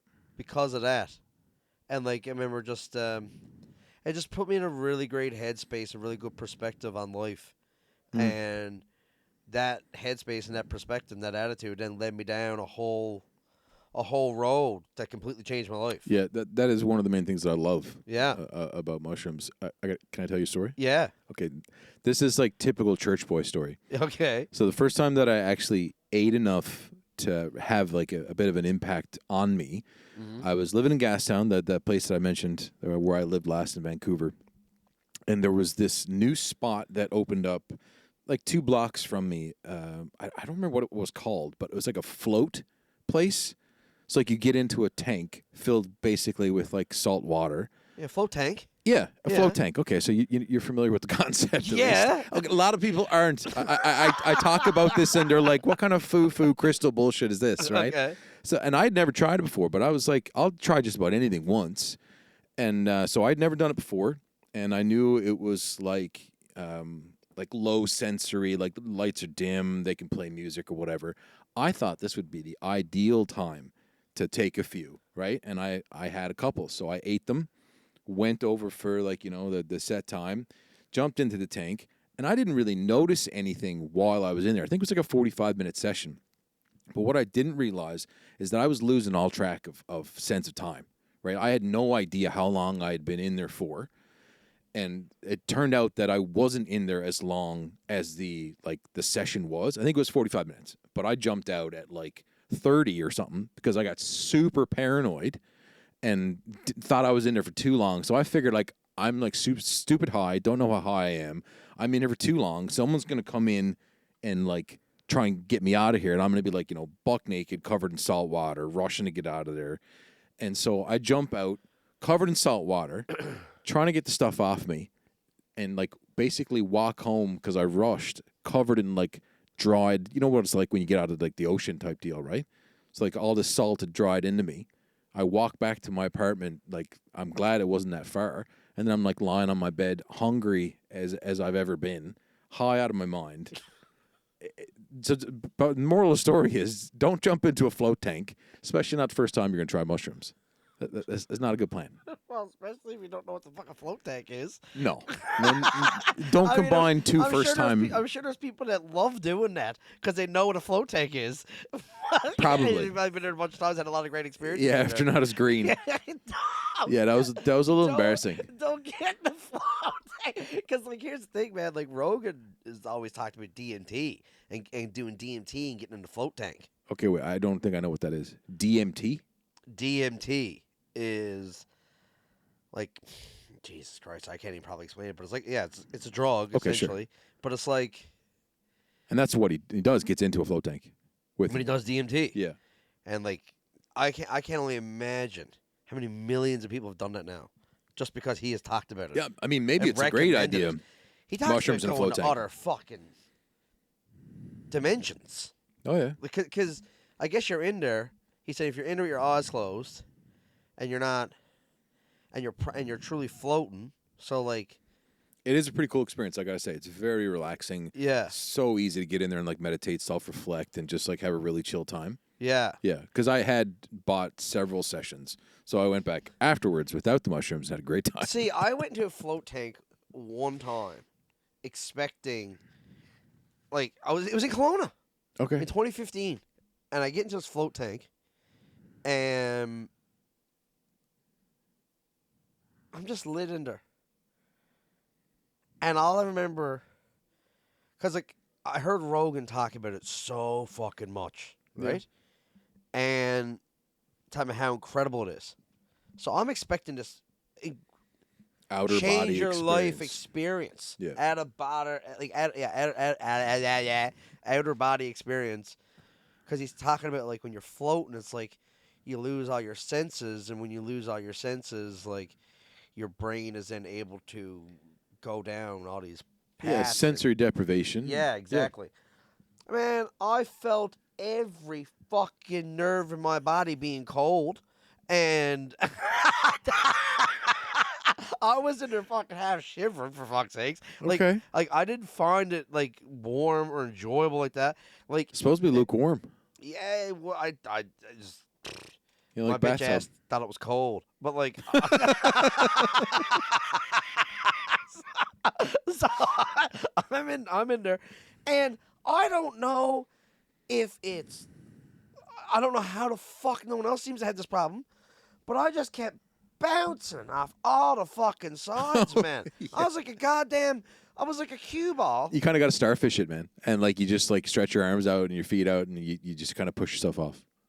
I mean, like I'm not Push yourself off. I'm no pro. That was the problem. I'd push myself off, but then I'd be floating, and all of a sudden now, Well, you're going to move. You're not going to like And just now I'm on this float side. stationary in the middle of the tank. now I'm on this side, then I Yeah. now I got to push off the left. Now I'm floating. Now let me right We got to side. change topic because all my brain is doing right now is imagining you floating around inside of a tank. Like, Right? And then I'm fucking... thank you. Yeah, that's all I needed. Jeez. Dude, I hated it. But people love these things. I would 100% do it again. Yeah, Yeah. I would do it often. It's very relaxing. Yeah. Right. So you wanted to bring one of them into Bethesda, and Buddy... That's what it was. That's what happened? Well, no, went ahead and bought one. Yeah. Set it up in the prayer room. Oh, perfect. Yeah. And they didn't like that. No, what better combination, right? To be floating around and praying. Big on. So when you left Bethesda, then what? What happened then? Because I don't know. Yeah, no, I'm happy to catch you up, man. I wasn't sure right away, but I figured I'd go back to school and do something different. That was the beginning of like doing something different. Just leave it all together. Yeah. It just Because it of didn't them? feel right. Well, no, not just because of them, because it was a slow progression. It was a slow walking away. It wasn't immediate. Right. Yeah. I wanted to go back to school, so I was, my first marriage. We were talking about going to Vancouver because I was looking at problems. I was looking at programs in media studies. So I looked at one in Toronto. I looked at one in Vancouver. There was another one somewhere else. I don't remember. But we were like, well, Vancouver? Like, why? We don't want to go anywhere else. She had already lived in Ontario, and I think spent some time in Toronto. Anyways, so Vancouver. So a year later, 2013, moved to Vancouver, and it was a year after that. That program was great. It was BCIT in Burnaby. And a year after that, after we got there, that's when I got separated. That's when we separated. Right. And I was in Ontario for a few months. Thought I might like kind of stay there and figure shit out. But then I actually ended up home, back here for 6. And then I eventually went back to BC. Right. But, And you were doing... Well, so I finished that program. So it was new media design was the name of it, but that's like website development, photography. Like it's a little bit of everything. It was a 1-year certificate to kind of like feel out what type of or what part of this industry you wanted to get into, right? Right. So you're doing that in BC. Yeah. So I did that in BC, finished that program, and basically started like working for myself for a little bit. So I took on like some website work. I took on some graphic design work. I took on some photography work. But when I moved home here, I worked for Bell for like 6 months because I was still like just trying to sort shit out, right? I was separated, wasn't divorced, wasn't sure what it was that I wanted to do there. And I kind of made up my mind that I didn't want to divorce. I wanted to wait things out and figure out what was going to go on there. And so I moved back. Eventually we did get back together, and it just wasn't right. It did not work out. And Right. So that's when I moved to Asia. Right. Dude, Yeah. that blew my fucking mind. When I was listening to the podcast that you did with John, Yeah, Tugboat Talks. I heard you mention that, I was like, what? I had no idea you went there. I just went there this year. Yeah, I saw that. I was there in January. You guys had a good time. But that's what my whole set was about this year. Okay. That was the theme to this year. So last year it was Tyler and the death, and this year it was Thailand. Yeah. Like post-death shit, just getting the fuck away. Yeah. Right, getting away from everything, and just That- go over to a comedy club Yeah. where nobody knows me because I got a residency. I was headlining every night for the month of February in this brand new comedy club in Bangkok. Cool. It was an incredible setup. Like it was. Well, that's what it was like for me. It was just get away from everything, right? Because I had waited for 2 years, Yeah. being separated, not really dating anybody, and banking everything on getting back together and it being amazing. Yeah. And it wasn't, and I'm like, I'm done. Like I wanted something completely different, so I'm like, all right, well, I got an undergrad. Let's go teach English for a while. Right? Let's just travel and then just meet some different people. Well, I went from Thailand to Vietnam. So I went to Thailand because I wanted to take that TEFL course, teaching English as a foreign language. And you don't necessarily need that certificate to teach if you got an undergrad, but I wanted the experience, did it anyways. So that was Koh Samui, one of the Thai islands. Then I went to Ho Chi Minh City. You lived in Koh Samui. Yeah. I was there for about 5-6 weeks in Koh Samui. Beautiful spot. I suppose it is. Yeah, some nonchalant. I mean, yeah, it's a beautiful spot. Ho Chi Minh after that. In Vietnam? Yeah, Vietnam. And I taught there for a little bit, but I wanted to go elsewhere. I didn't love the idea of staying in Ho Chi Minh. It was a bit too big, a bit too busy for me. I went to Ha Long Bay. It's like north by China. It's a very touristy spot, but a lot smaller. Beautiful spot. Again. Yeah, I've heard. Yeah. Yeah. Very cool. Yeah, and dude, like, to be fair to that whole experience, I had moments where I did not like that. I had moments where it was stressing me out, and I wasn't sure if it was the right thing for me. But I also had a ton of moments there that were really good and really transformative. And looking back on it, I'm so glad I did that. I'm so glad I did that. You would, man. Like, dude, it's the best thing I did. It's the best thing I did is to go over there for 6 weeks like I did. Yeah. But besides like the comedy experience headlining, like what was it about that was? It's the vibe and the air. It's Okay. the everyday life. It's the very different from. It's the here. Oh my god, dude! It's amazing. You kidding me? Thailand is the best. Like, yeah, it's the Thai people are very cool. They're the best. Thai people are awesome. Yeah, I didn't really meet any Thai folks that were like just not easy to get along with, not like really caring and understanding and patient. Oh yeah, just super chill. So that's their people. Yeah. And then who else is around? Tourists. Yeah. Or expats. Pretty much, yeah. Right? Yeah. But that's what it is. So it's like, okay, like, well, anyone who's a tourist is there because they want to be there. It's vacation. Yeah. So you're getting the best version of them. Sure, I get you. Usually, or it's people who choose to go there for work, right? Because like most people, like some people, maybe they'll go there against their will for work, but most are choosing to go there for work. They don't want to work wherever the fuck they're from. They don't want to work there anymore. I've never been to Bangkok. I don't know. Yeah. But like, well, I'm talking about Thailand. Yeah. I'm talking about Thailand. Now, I was in Bangkok for most of it. I was in in the 6 weeks. I was in Bangkok for 5. Okay. Right, but I got to do a week down in Phuket, 5 days down in Phuket. Okay. Oh my God, man! I fly back again January 8th. No way! Got me all fucked up here. Like it's the. That's a good time to get out of Newfoundland. Yeah, man, it's the best. Right after the holidays. But I'm bringing Mom over. Oh, that's cool. I'm bringing her for 25 nights. Yeah. Got a spot on the beach, and just taking care of her and bring her wherever she wants to go and whatever she wants to see. That's cool. And making sure that she's taken care of. I would have loved to have been able to do that to my mom. Yeah. Right? So I'm doing that, and then on February 4th, she flies back to Canada. Okay. And I go to Bangkok. Yeah. And I'm there for the month of February doing the club again. Yeah. Same spot. Yep. And then the 4th of March, Maggie lands. And then I leave. I leave there, and then me and her kick around for a couple weeks. Nice. Yeah. And just like... Get a bike, bounce around. Yeah, maybe. We'll see. But like, Oh, come on. Are you not into motorcycles? No. I rode a bike down. Or a moped, at least. Yeah. Yeah, down in Phuket. No, it's just Brian, my buddy who got me over there. He was on a bike, and he got hit by a truck, and snapped his leg in two, man. Okay. And over there? Yeah, in okay. Chiang Mai, up that way. Okay. Up north, I believe it was. Yeah. And yeah, he kind of got me freaked out about it. Like, he tells me, he's like, man, don't do it. He's like, it's not worth it. Just get the cab.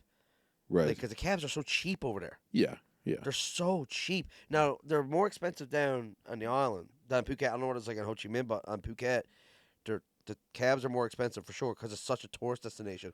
But in Bangkok, man, they're fucking dirt cheap. Yeah, I don't think I was ever actually in a cab because I did motorcycles the whole time. Right. Some of the teachers used to get. Okay, but how wicked is that? There you go.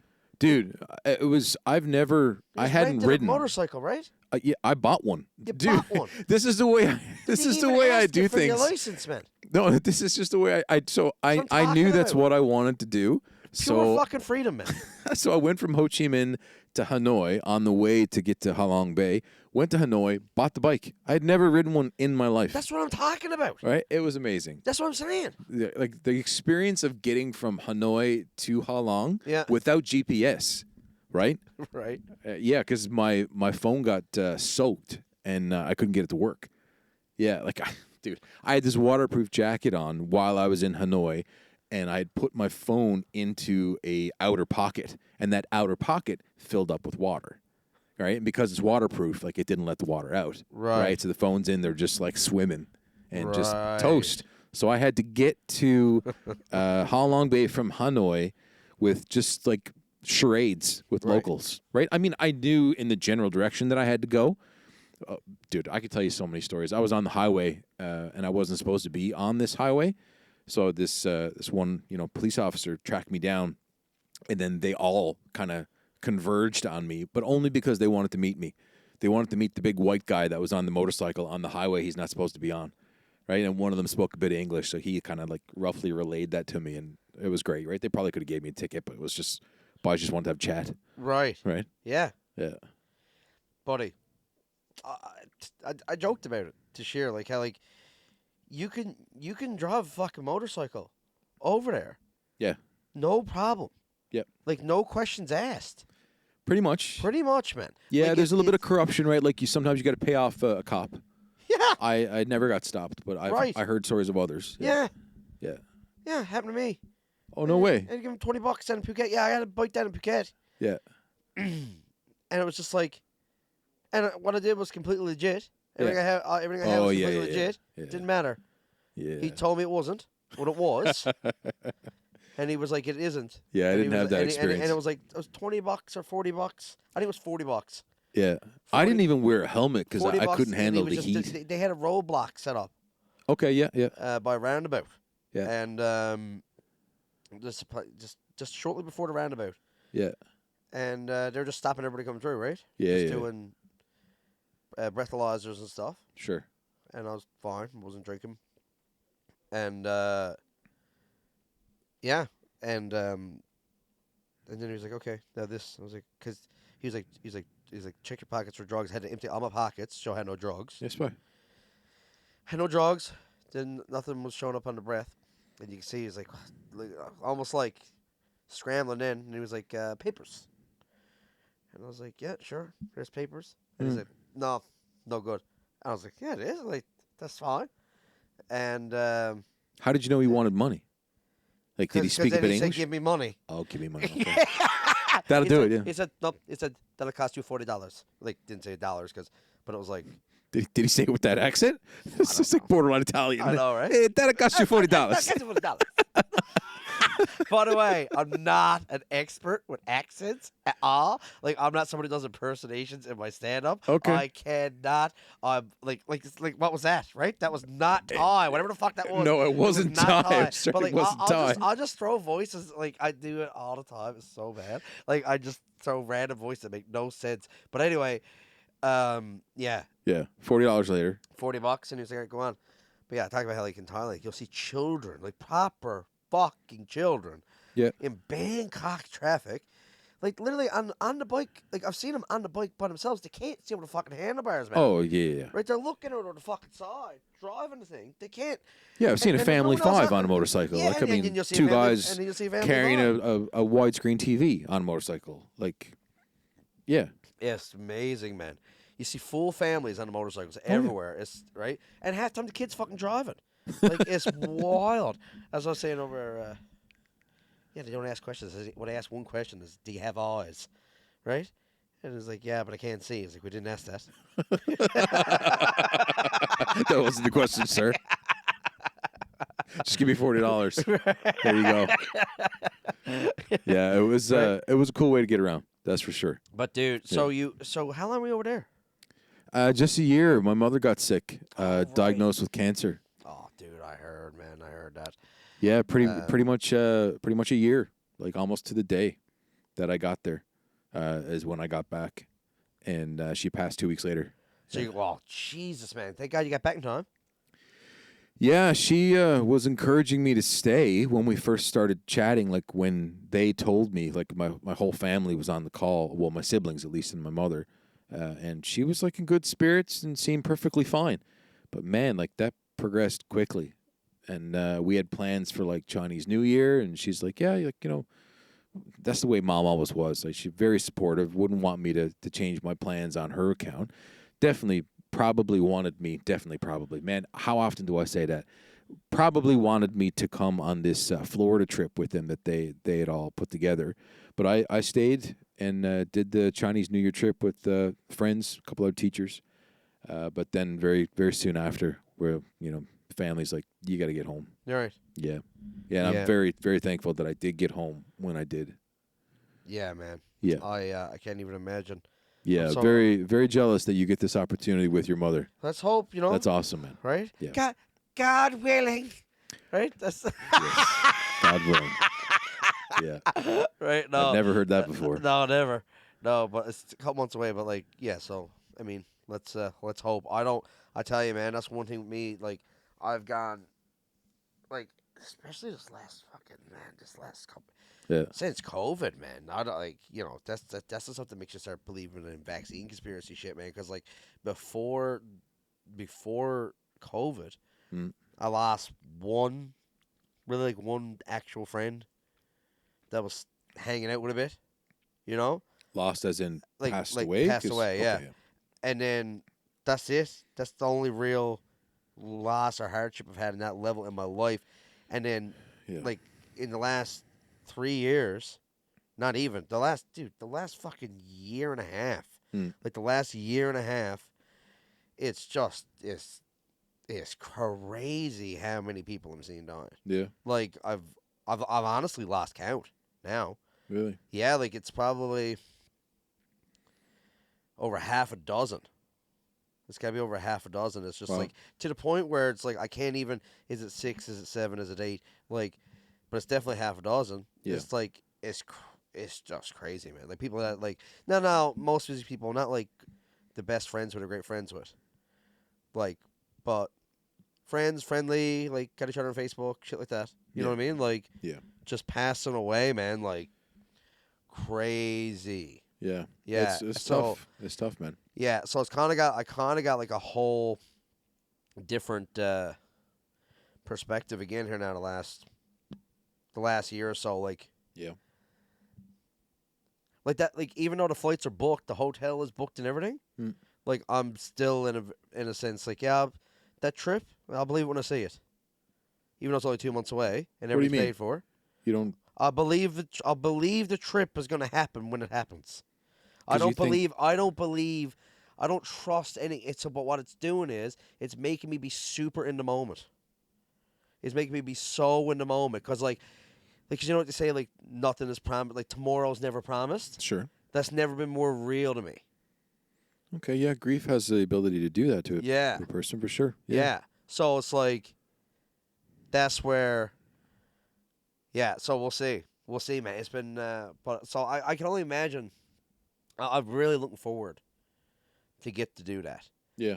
That's another reason why wanted to do it. Yeah. Was because it's like we should do something like this. Yeah, you gotta cherish that, man. While we're still alive and can do it, because Yeah. the next thing you know, you're getting a call saying your mother got cancer and you get to see her for 2 weeks and she's gone, right? Yeah. Fuck that, man. Yeah. Right? Yeah. Like, so it's like, I just don't. Yeah, I don't want to. I'm tired of fucking just waiting and holding off. I'm way more in the moment. Now, Yeah. you know what I mean? Get at it. Yeah, I mean that's good for you and good for us men in so many different ways, right? Being in the moment, being aware of how we feel, and not trying to suppress how we feel and just push forward and look forward to what it is that's next and what it is that we have to do, but learning to be a little bit more mindful and that's life-changing stuff. Yeah, man, it's huge though, right? Yeah, like it's I was always really good at being in the moment. For a lot of things, it's why. It's why I quit 2 different good paying jobs and careers. Like the first time I quit, like the second career I had was always a career to give me flexibility.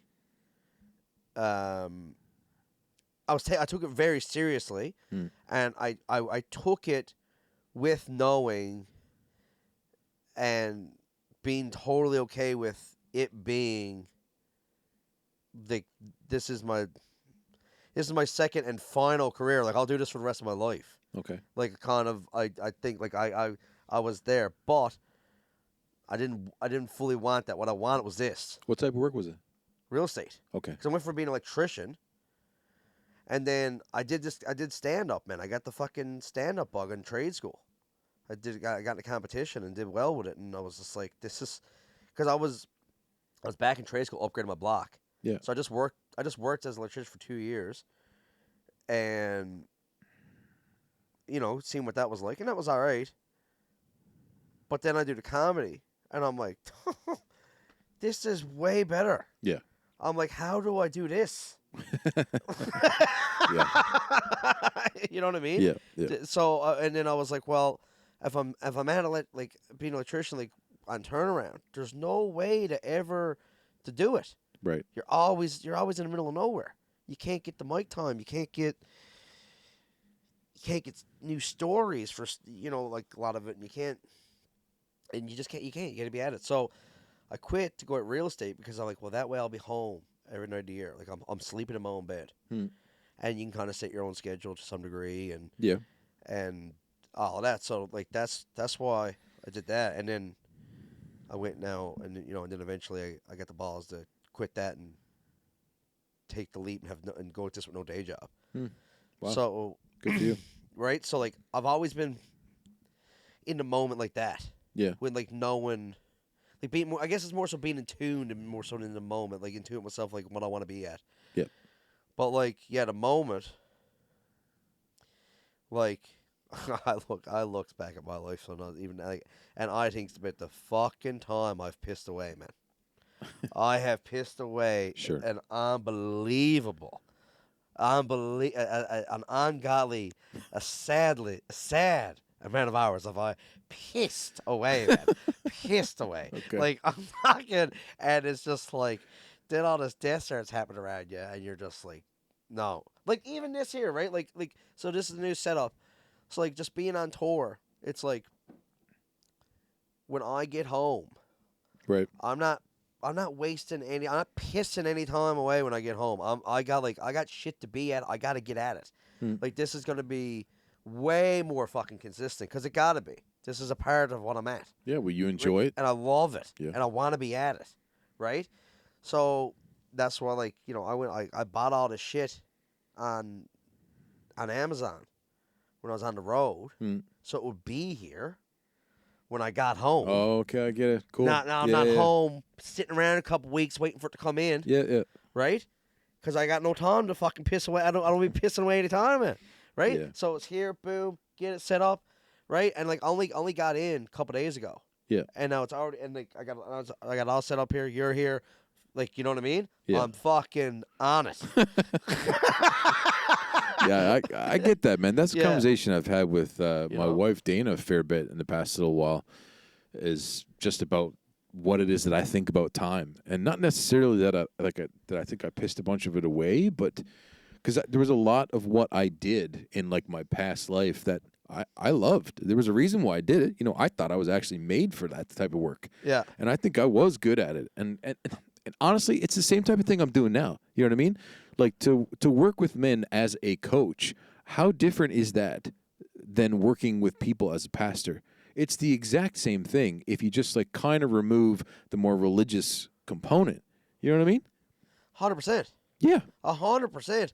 Well, that's the thing in my mind. That's another thing I hate about a lot of the pastor nonsense that's out there. It's like that's something I was alluding to earlier, I guess, with things. It's just like all of it, man. Like the whole fucking thing. It's just like all this preaching and all this and all these mythical stories and that are like, did someone get their hair shaved and lose all their strength? No, man, it didn't fucking happen, right? That didn't happen. It's all metaphoric to teach you. It's one way of looking at it. To teach you good lessons, because think about when they're writing this stuff, man, like thousands of years ago, right? Like all that is like, it's about. It's if you look at it all, like with religion, like Muslim or Christianity or whatever it may be, Buddhist, right? I'm sure, and I don't know fuck all about Hindu, but I'm sure it's the same thing with them. It's all, at the end of the day, it's a God saying if you live life these ways and you always be in tune with who you are and be the best version of yourself, and when you just concentrate on being the best version of yourself, that takes care of everything.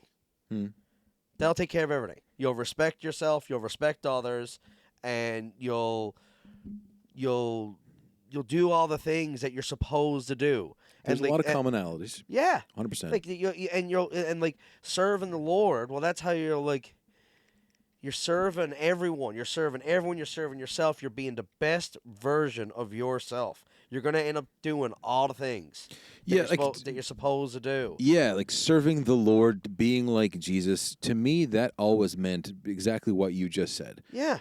Working on yourself, growing, understanding yourself, serving the people around you, being a good human. Yeah. I mean, in a very basic way, that's what that was. It wasn't really about religion to me and the charismatic, like the Pentecostal side of that. Yeah. Although I was in that and preached that and, supported that for a very long time, it wasn't always about just that for me. It was always way more about who I was and who the people around me were, what they needed, what we all could do to grow and be better together. Yeah. You know what I mean? And that's the real reason why I'm not in it anymore. Not to say that, Christians are not growing and not interested in actually changing and being better people.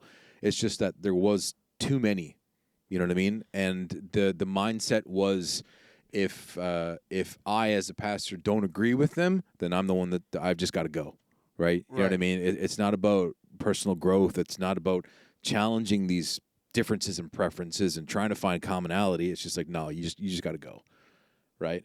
And I'm not okay with that. That to me sounds like, you're gonna say one thing and do something different. Lack of integrity. Like, no, like we all got to be able to do this together. Silly, man. But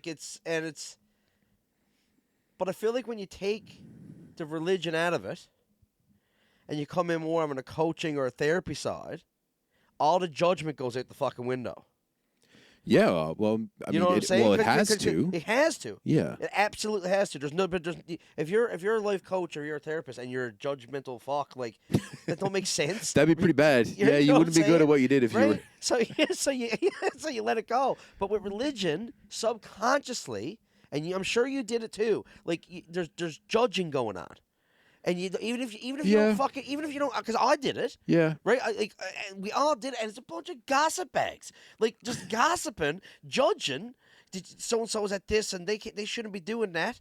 And can you believe they did this? And bringing people in for meetings and stuff. Like, and like, man, it's weird. I get what you're saying. Like, it's just like, but when you just be the best version of yourself, and you just want that for everyone else, and there's no religion attached to it.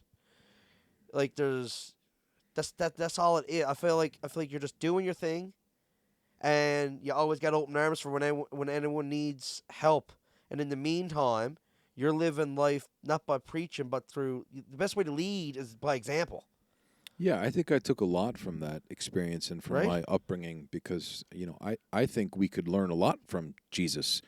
But I also think that, the other religions, like you mentioned, there's commonalities. There's other things that we can learn that are going to make us live better lives. You're just going to live a better, wholesome, better life in every way. You're just going to live a better life. If you listen to all those religions and do what they tell you, you're definitely going to live a better life than if you don't listen to it. Yeah, because what else would be the point of life to learning about yourself, to growing personally, and to loving other people, right? Like, what else is life about?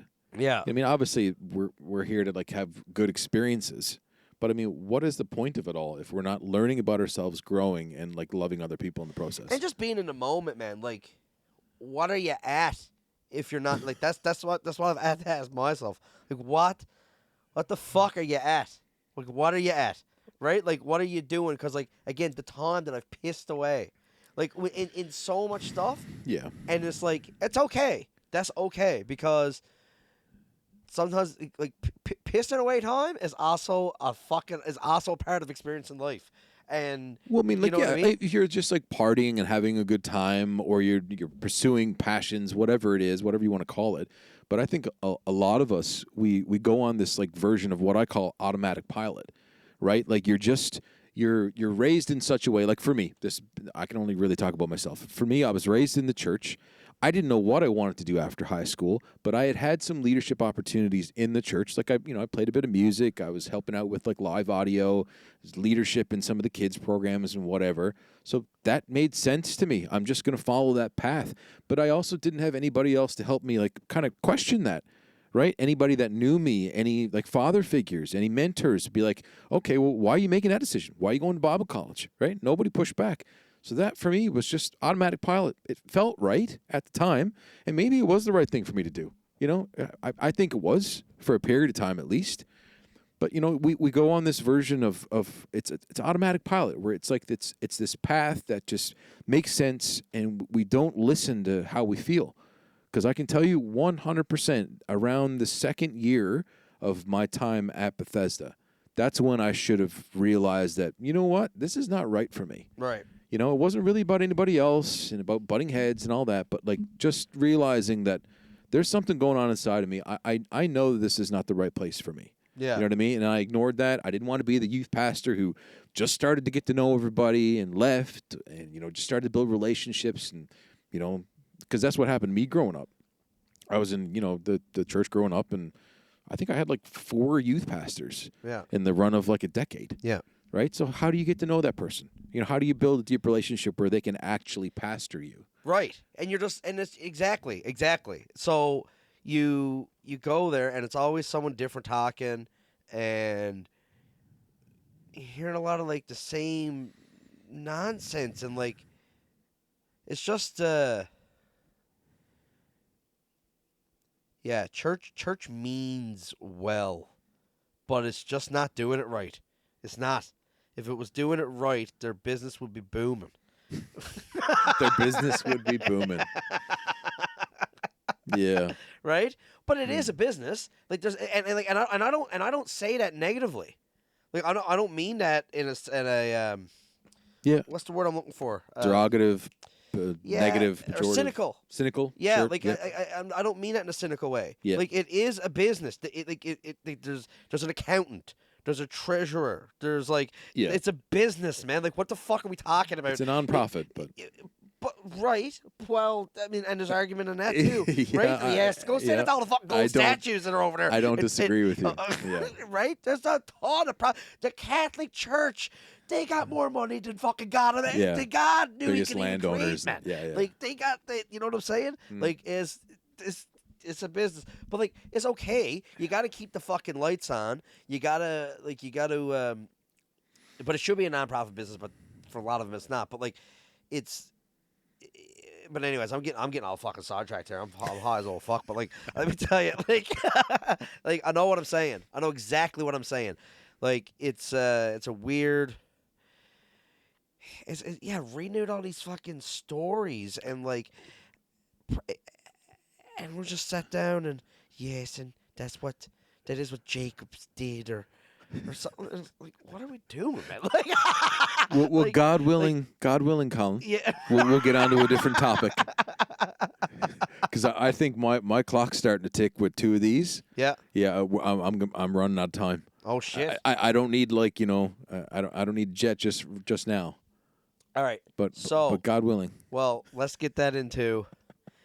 But now you're at this life coach. I think it's important though. Like you want to put out there that you're a life coach and you're doing life coaching and Yeah. whatever. So I think knowing your background and where you come from to get to where you are right now, like that's important.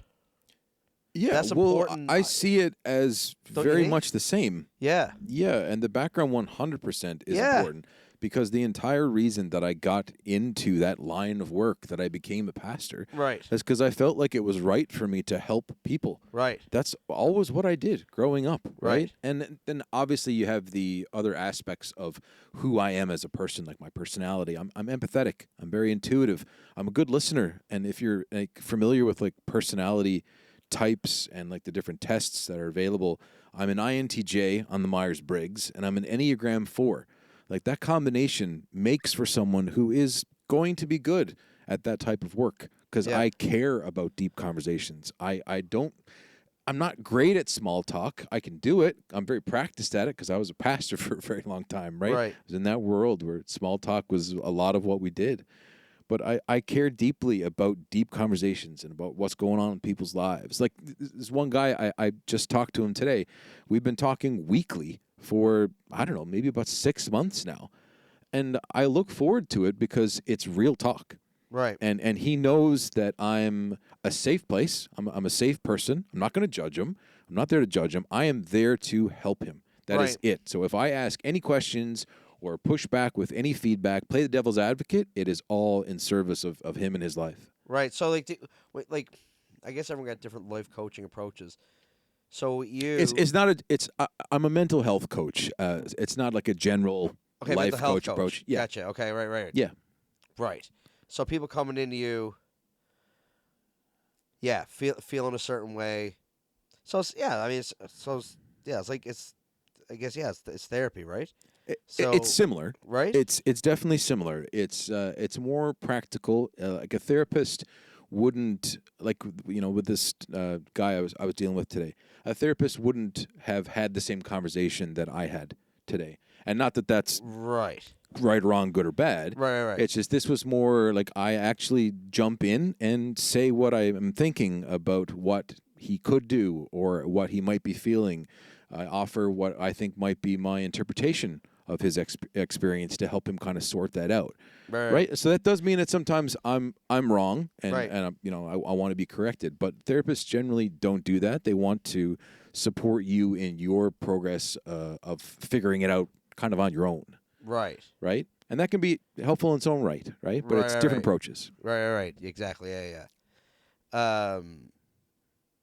So you've been at this, what, for over a year? I started the practice in spring. In the spring? Yeah. Right. But you're into it. But yeah, I've been a pastor, I don't know, just about a decade. Right. Yeah. But like you're digging this, aren't you? Love it. Yeah. It's the same with pastoring. Like there was things about organized religion that I learned, and maybe that was just because I changed and I grew and whatever, but there's things about that was not right for me. I see it as I'm still doing the same type of work. But yes, the Ockery, being a mental health coach, being like in the trenches with other men, hearing their stories, supporting them, telling their stories through the podcast, digging it. Yeah. Yeah. Very much so. Yeah. Yeah, dude. It's I think that's right. Just knowing you, Like that seems right in your wheelhouse. Thanks, man. Yeah. Like that's you're more suited for that. I'm glad that like shines through, and even though like like you said at the beginning, like we've never really been like close, but we spent a fair bit of time hanging out like years ago. Yeah, I know. Yeah, definitely know enough about you to know like that's more your wheelhouse. Which is so of course you're liking it more for every reason, and like you're gonna be good. You're gonna be naturally good at it, and you're gonna see the results, and then that's gonna feel fucking awesome. And when you're feeling good about the work that you're doing, then it just cycles. There's nothing better in life than to do something for someone else that is really life changing for them. Yeah. You know what I mean? Like I don't think there is anything that is more satisfying than that. Oh, it is wicked. There really isn't. Yeah. You know what I mean? Yeah, man. Anytime you can help a buddy out, man, like truly give them a hand with whatever it is. Yeah. You know, and like pick them up when they're down instead of kicking them type thing. Like anytime you can do that. Even in practical ways. Right? Yeah, like man. I enjoy like helping friends move. Yeah. You know what I mean? You're right. Right? Like because moving sucks. Right. I specifically remember helping these two friends in Kitsilano in Vancouver there a little while ago during the winter. And like, you know, I've been working out for a long time. I can lift a bit of stuff. That's when you know that you've hit like peak nirvana in life. When what? like you love helping people move.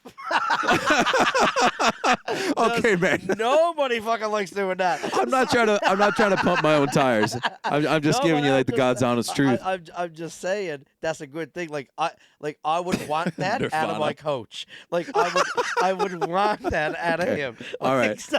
I'll put that on my marketing material. Do what I say, and you'll actually want to help people move. Yeah, that's a great slogan. Dude. Yeah, like let me get you to a place where you want to help people move. That's the goal. Yeah. Or I can get you to a place where you'll want to help people move. You get what I'm saying, yeah, right? Yeah, no, I do. I skipped the workout for the day, and that was the workout. You know, I put on like the gym outfit so that I'm comfortable getting sweaty, and I, meet the guy with the truck, and we're just like lifting stuff. Yeah. And like helping them move into a new place, and like it's fun, dude. Right? Especially when you're 100%. So, especially when you're someone who goes to the gym every day or like 5 days a week, whatever it may be, like that. Like, or has some sort of like that's a part of your life. Yeah, like right? you're fit enough at least to do it. Right. So when somebody does need a hand moving, then in your head it's just like, oh, that's just gym day. Well, exactly. That right? is kind of the way that I looked at it. Right. I just skipped the workout for the day. Yeah. You're happy to do it. Yeah. So that's the fucking trick to that. You got it. But yeah, the moral of the story is like. I love how I'm still hung up on that, man. That's so funny. Come on. Anyways, the moral of the story. I'm not saying it's not, man. No, I'm just saying like just doing stuff for other people. Like it's deeply satisfying. Yeah, it is. It's awesome. And right away, like teaching English. Did I stutter?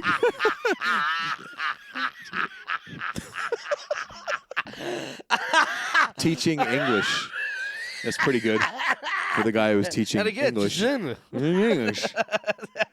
But like, seriously, that was the two dude. words you could have said.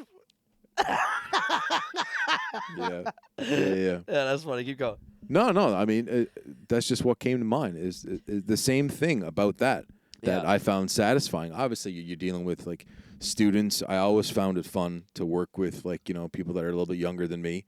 But I also worked with a couple adults, and that was the most rewarding experience of it all. Yeah. There's two dads that their kids were like linked to the center, and they wanted someone with like a Canadian or American accent. Right. And so they approached me, and we like forged a relationship. We were friends. One of them was a restaurateur, and like he was eating at his place all the time. Like I was known as like Mr. Hong's teacher. I'd get free food out of that. It was such a cool experience. But again, like you could see the joy in their faces when they were picking up the language, but you could also see that they were enjoying like the new friendship. You know what I mean? And because they were, again, just like the Thai folks, brought me over to their house to have dinner with their families, right? Both of them. I met both, both of these guys' wives and their kids, and they're telling me stories. We're still friends on, Facebook, right? And if, hopefully we can cross paths again. But anyways, long story to illustrate, yeah, it's deeply satisfying. Yeah, man. I'm in the right spot. Yeah. Oh, dude, I love doing it, man. Boys used to make fun of me over in Baltimore Street. Or not so much me, but just the situation, I guess, and a little bit myself. But like, my house became like a refuge. Like here in town? Yeah, it's the one. The house I own in St. John's. Yeah. It like all my tenants, man, were like on the run, like for like all of them, no, not from the law, Okay, usually when someone says on the run, no, it's like but just like, well, yeah, I should have said that, but like just like in a bad spot, like usually they got like just end up breaking up with their woman or something, and it's like it's bad and like got nowhere to go, right? Yeah. And then I'd be like, yeah, I can help you out, and like I wasn't making any fucking money on it. Like, because I was getting just enough to pay the mortgage. Like, it was, because it wasn't about milking, it wasn't about fucking fleecing the guys and getting top rent. Yeah. Right? It was about, I could have been getting so much more money in rent. Yeah. But I rented it all out to people that really fucking needed it. Yeah. Right? And because I knew then too, like everyone's gonna just enjoy and appreciate the house way more that way, right? Because you're, and it was just like, it was a spot to get back on your feet. Yeah. Like the amount of people that came in, got on their feet, and got out. Like it was, and I love doing it. Yeah. It was awesome. Yeah. Like helping people out when they're like, because moving is fucking stressful. People don't like moving, man. No, people generally don't like Most moving. people don't like moving, right? Unless you're just gonna totally like take your hands off and pay somebody. They got a fucking awesome friend that's just like, man, I'd love to help you move. Some friend who's just floating around in nirvana, right? Just dying to help somebody move. Jeez. Dude, that's funny. But like, yeah, man, and it's just like I love doing it. Like I love I love helping people out. Like it's the best thing you can do, man. Yeah, it really is. Yeah, wherever I can do it. I wish I could do it more, like with things. But I mean, you can only do so much. Like every person can only do so much. But it's like I wish I could do. I wish I had the capacity. Have you guys ever done a fundraiser, comedy? Man, I've been a part of a shit ton of fundraisers. Yeah, yeah, yeah. I mean, that's one way to do it. But here's the thing: what I had to start doing though was I had to start limiting myself. You can't be doing fundraisers all the time. Sure. Like when you're trying to do it as a living, right? Oh yeah. Like 100%, of course. You got to be getting paid because like I'm very fucking rich at this. Yeah. Right. But I've been paying the bills. You're doing what you love. And doing what I love, right? And that's again like that's why. That's important, man. Do what you love to do, man. Like and what you want to be at, and be happy with your life. Because if you're not doing that, man, it's always gonna fucking follow you. You gotta accept what you're doing and be content with it and like it and enjoy it. And you gotta like the things in life, because if not, you're always just there's always something. There's always something at you. Yeah, and it's never too late to make a change. No. Right? Like I was chatting with a guy yesterday, and that was like the main gist or main theme of his story, I suppose, was that he was in this one position for about a decade. I mentioned him earlier, Stephen Robles, the guy that hit 100,000 subscribers on YouTube a little while ago, a tech guy. Anyways, he made a change in careers later in his 30s and got into content creation and ended up working for this like podcast platform called Riverside FM. And that was the gist of a video that he put out, and that's how I reached out to him, was by watching this video, him talking about it's never too late. You know, right. He made this big change in careers. He had 3 kids and a wife.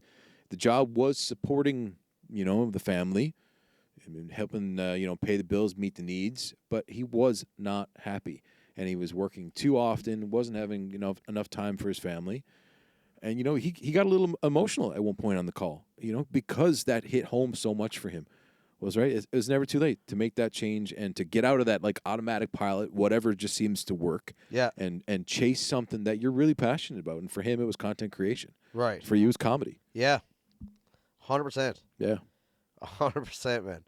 Yeah. And it's just like I think that's like anyone that's having any mental health issues, like that's like, and by mental health, it's like you're having a rough patch of whatever, you're down and out, like I think that's an answer that you can take home to the bank. That like just start finding that answers a lot of questions. It gets rid of a lot of shit. Yeah. Yeah. Well, I mean, for one, it gives you a goal. It gives you some fulfillment, man. Yeah. It lets you express yourself. Right. You know, it gives you a goal, a target to work towards. Yeah. You know, you begin to do something that fires you up, and then that motivates you. Right. Yeah. That's a bit of like a positive feedback cycle, right? Yeah. Yeah. You gotta be into it. You gotta be, and not so much like your job, your day job, your 9 to 5. Like you don't have to be like the thing. It don't. But you just gotta like not hate it.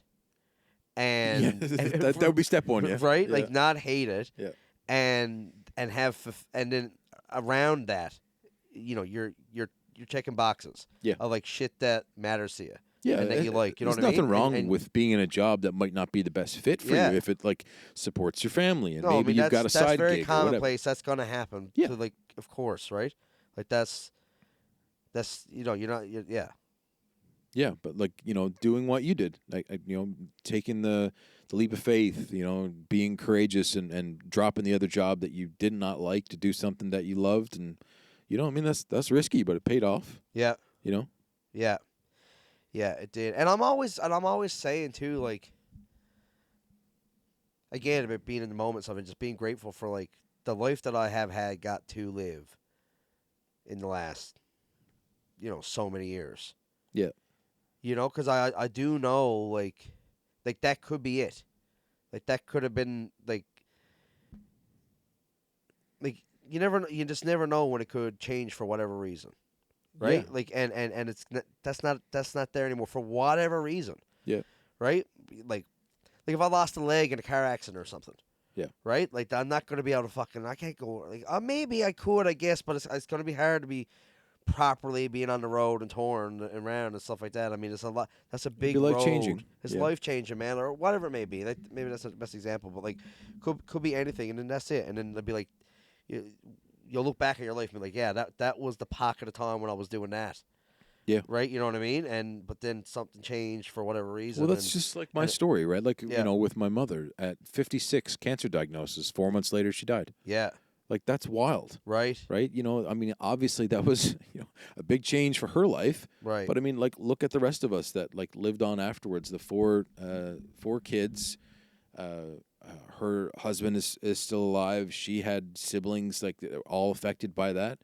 You know what I mean? You don't know what is going to happen tomorrow. Mom was fit as a fiddle. Yeah. Right? And then woke up one day and, I wasn't here when the diagnosis came through, but I suppose it was, that's what it was. Yeah. Mom used to have gallbladder attacks. Right. She'd eat something a little bit too greasy. I forgot for a moment that's where it came from. And she went in, I believe it was to get the gallbladder removed. And, had to check on that. And they came back and it was just like, yeah, that's not what's going on. Right? And, she had no clue. She lived with this like for a long time. I don't actually know how long that she had like these gallbladder attacks. But that's what it was. Cancer. Yeah. Yeah. Well, I mean, who knows at what point that cancer started, right? I don't know. She didn't know. But you just don't know. I'm just like, again, you don't know what's going to happen. And that's why, like, I'm so glad that you get this experience with your mother. And that's why, like, we have to be living in the moment because we don't know, right? Yeah. Because I know, like, I've gotten to do some trips with Dad, right? But the three of us can't get on the same trip together. Like, it just cannot happen. You, your brother, and your dad? And the four of us, like. Okay. I just mean, like, me, Mom, Dad, and Evan, like, the four of us to, like, actually get on a trip together. Like, it just hasn't been in the cards for, what I do, what Nevin does, time of year. Sure, scheduling. And then, like, what do and then what are we gonna do that the four of us are gonna be happy to do, right? Because it just hasn't always been there. But I've gotten to a few Leafs games and a few Blue Jays games with Dad. Yeah. And sorry, just Jays games. No Leafs. Gotten to a few Jays games with Dad. That's been great. But Mom, like, haven't gotten to do anything with Mom like that. Yeah. Right? So This will be great then. So then I get to do this with her, yeah. Yeah, and we can't always make it happen, right? You No. can't force a relationship to be what you want it to be. Yeah. But if you are given that opportunity, yeah, definitely. Yeah, gotta man, take that. absolutely, 100%. So it's just like, yeah, I got to do some stuff with Dad, and it's like, all right, get that in with Mom now. Like, don't be taking that for granted that she's gonna be around for however long. I mean, she turns 70 soon, right? So it's not even about being around too, right? It's also about like being able to, Yeah. right? So it's just like, how many more years is she gonna be able to go? Yeah. So it's just like, that would be what a fun memory that will be to have. Yeah. Right. Oh yeah. So it's like, and I'm not talking too, like, I'm not talking morbid in regards to like they'll be gone like soon, but Yeah. I mean 20 years they could both still be alive. Yeah. And God willing. God willing, and I'm still looking back, being like, you know what I mean? It's got nothing to do with them dying. It's just got to be me when I get older, looking back. Yeah, You know, whether she's gone at 71 or 91, you're Right. still going to be happy that you took her to Thailand. Exactly. Yeah. Yeah. Oh yeah. So it's like, it's gonna be. I can't fucking wait. Happy for you, man. That's great. Yeah, I think it's gonna be hilarious, man. Yeah. Just to get her down there. Like, Mom has never been outside of North America, man. Oh, no way. Right? Yeah. So like, and she's almost 70. You got to take some video. Oh man, so like bringing her to Thailand. Yeah. Like, it's hilarious. Get her in a tuk-tuk or It's gonna be like Yeah. so like it's gonna be so great to watch. Like when she said she wanted to go, I was like, yeah, come on, because she's gonna love it. Yeah, I don't see why you wouldn't. She's gonna love it. I mean, Like, again, I haven't been to Bangkok. Koh Samui's pretty like we're pretty going into safe. Phuket for 25 nights. This ain't Bangkok. Oh, okay. This is down in Phuket, Yeah. right? That's nice. Yeah, man. Yeah. Like, get her down in the beach and Yeah. like around life and Yeah. just Not show- Bjorn. What? It says not Bjorn. No. Like fuck, man. Bjorn. Have you ever been down to Bjorn? I can't say I have. Buddy. The fucking fog down there, man. The place is beautiful on a nice day. Dude, that is my line about Newfoundland. Right. Newfoundland is great when the weather's nice. Right, exactly. People are great, down to earth, hardworking. Music's great, food's great, scenery's great when the weather's nice. Yeah. Right? But like, it's nice when it's nice on a regular, like, on a nice day, like when you can actually see, I mean, like, no fog. It's beautiful. Yeah. So when you get like an actual nice day, sun, no cloud, no wind on the water. Yeah. And like the place is just like already so rugged, and like the land is beautiful. Yeah. And the water is beautiful. Yeah. So it's like you put the weather on that, man. Jesus Christ, man. It is beautiful. But it's like that like 6 days of the year, man. Yeah. Like, it's so Did you see that? Oh man, did you see that YouTube video that was floating around there a couple years ago, where it was like making fun of the Newfoundland tourism videos, where it was like this guy whispering over the video, like "one day here." You remember seeing that? Because the Newfoundland Newfoundland tourism videos are great. They do a great job at promoting the island, right? But it's all like picturesque. The weather, but the weather's like perfect in all these videos, right? Yeah. So the guy just did it and then overdubbed it. Yeah. Right. So they're like, the voice on the original video is like, travel down the Trinity Loop, right? And then experience like the many different dialects, and then the guy's like, one day here. That's exactly like that hit home for me so hard. Oh, dude, that went viral because that was so funny. I don't even know who did that. Like, Yeah, I don't know where that came from. It might have been. Might have been somebody you know. It might have been Donnie Love. Do you know Donnie Love? Wait, is that Donnie Dunphy? But I don't, no, Donnie Love. No. Donnie. Because I thought Donnie Dunphy was like Donnie a Dunphy. character. Donnie Dunphy is a character. Okay. Donnie Love That's an actual. is a real person. His last name's Love. Apparently. Okay. I don't see, but that's my point. He's even a bigger character than Dunphy in his own fucking way, man. Okay. Just Donnie Love. He is fucking hilarious, this guy. Like, he's this guy, man. But he might have done that. Yeah. Yeah. Like, Well, Donnie Love, man. we can go Google that right now. There's nothing funnier than Donnie Love, man.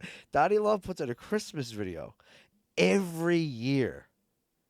Every year. Okay, I'm gonna have to figure out who this is. And it's the I have a most feeling that I've seen this ridiculous before. thing you've ever watched. And you can't. He's so good. He's so good at selling it that you don't know if he's serious Yeah. or if he's in on the joke. Right. And nobody fully knows. People think they know, but nobody knows. And it's so Dude, funny. I want to hear more about Donnie Love, but I also really need to know if there's a bathroom on this floor. No. There is not a bathroom. Okay. No, but that's it. We can wrap it up. I'm gonna have to. I've been holding it. What time is it? I have no idea. No. It's 5 after 10. Okay, so it's about 2 hours? I suppose. Yeah, I got here around 7:45. So. Yeah. Yeah. And then I have a few minutes about 8 o'clock when it started. For 2 Yes. hours? Yeah. That's perfect. Yeah. Yeah. You got what you needed? Did I tell you more? Yeah. Fuck yeah. But you tell me though, like, is there anything, like, put your final comments out there to it all? Sure. I mean, you can. I'll give you the links and whatever that you want to share. But the coaching business is called the Akkeri. It's Akkeri. It's a Norse word meaning anchor. It seemed fitting to me at the time, and I get too anal about branding things, but I like that.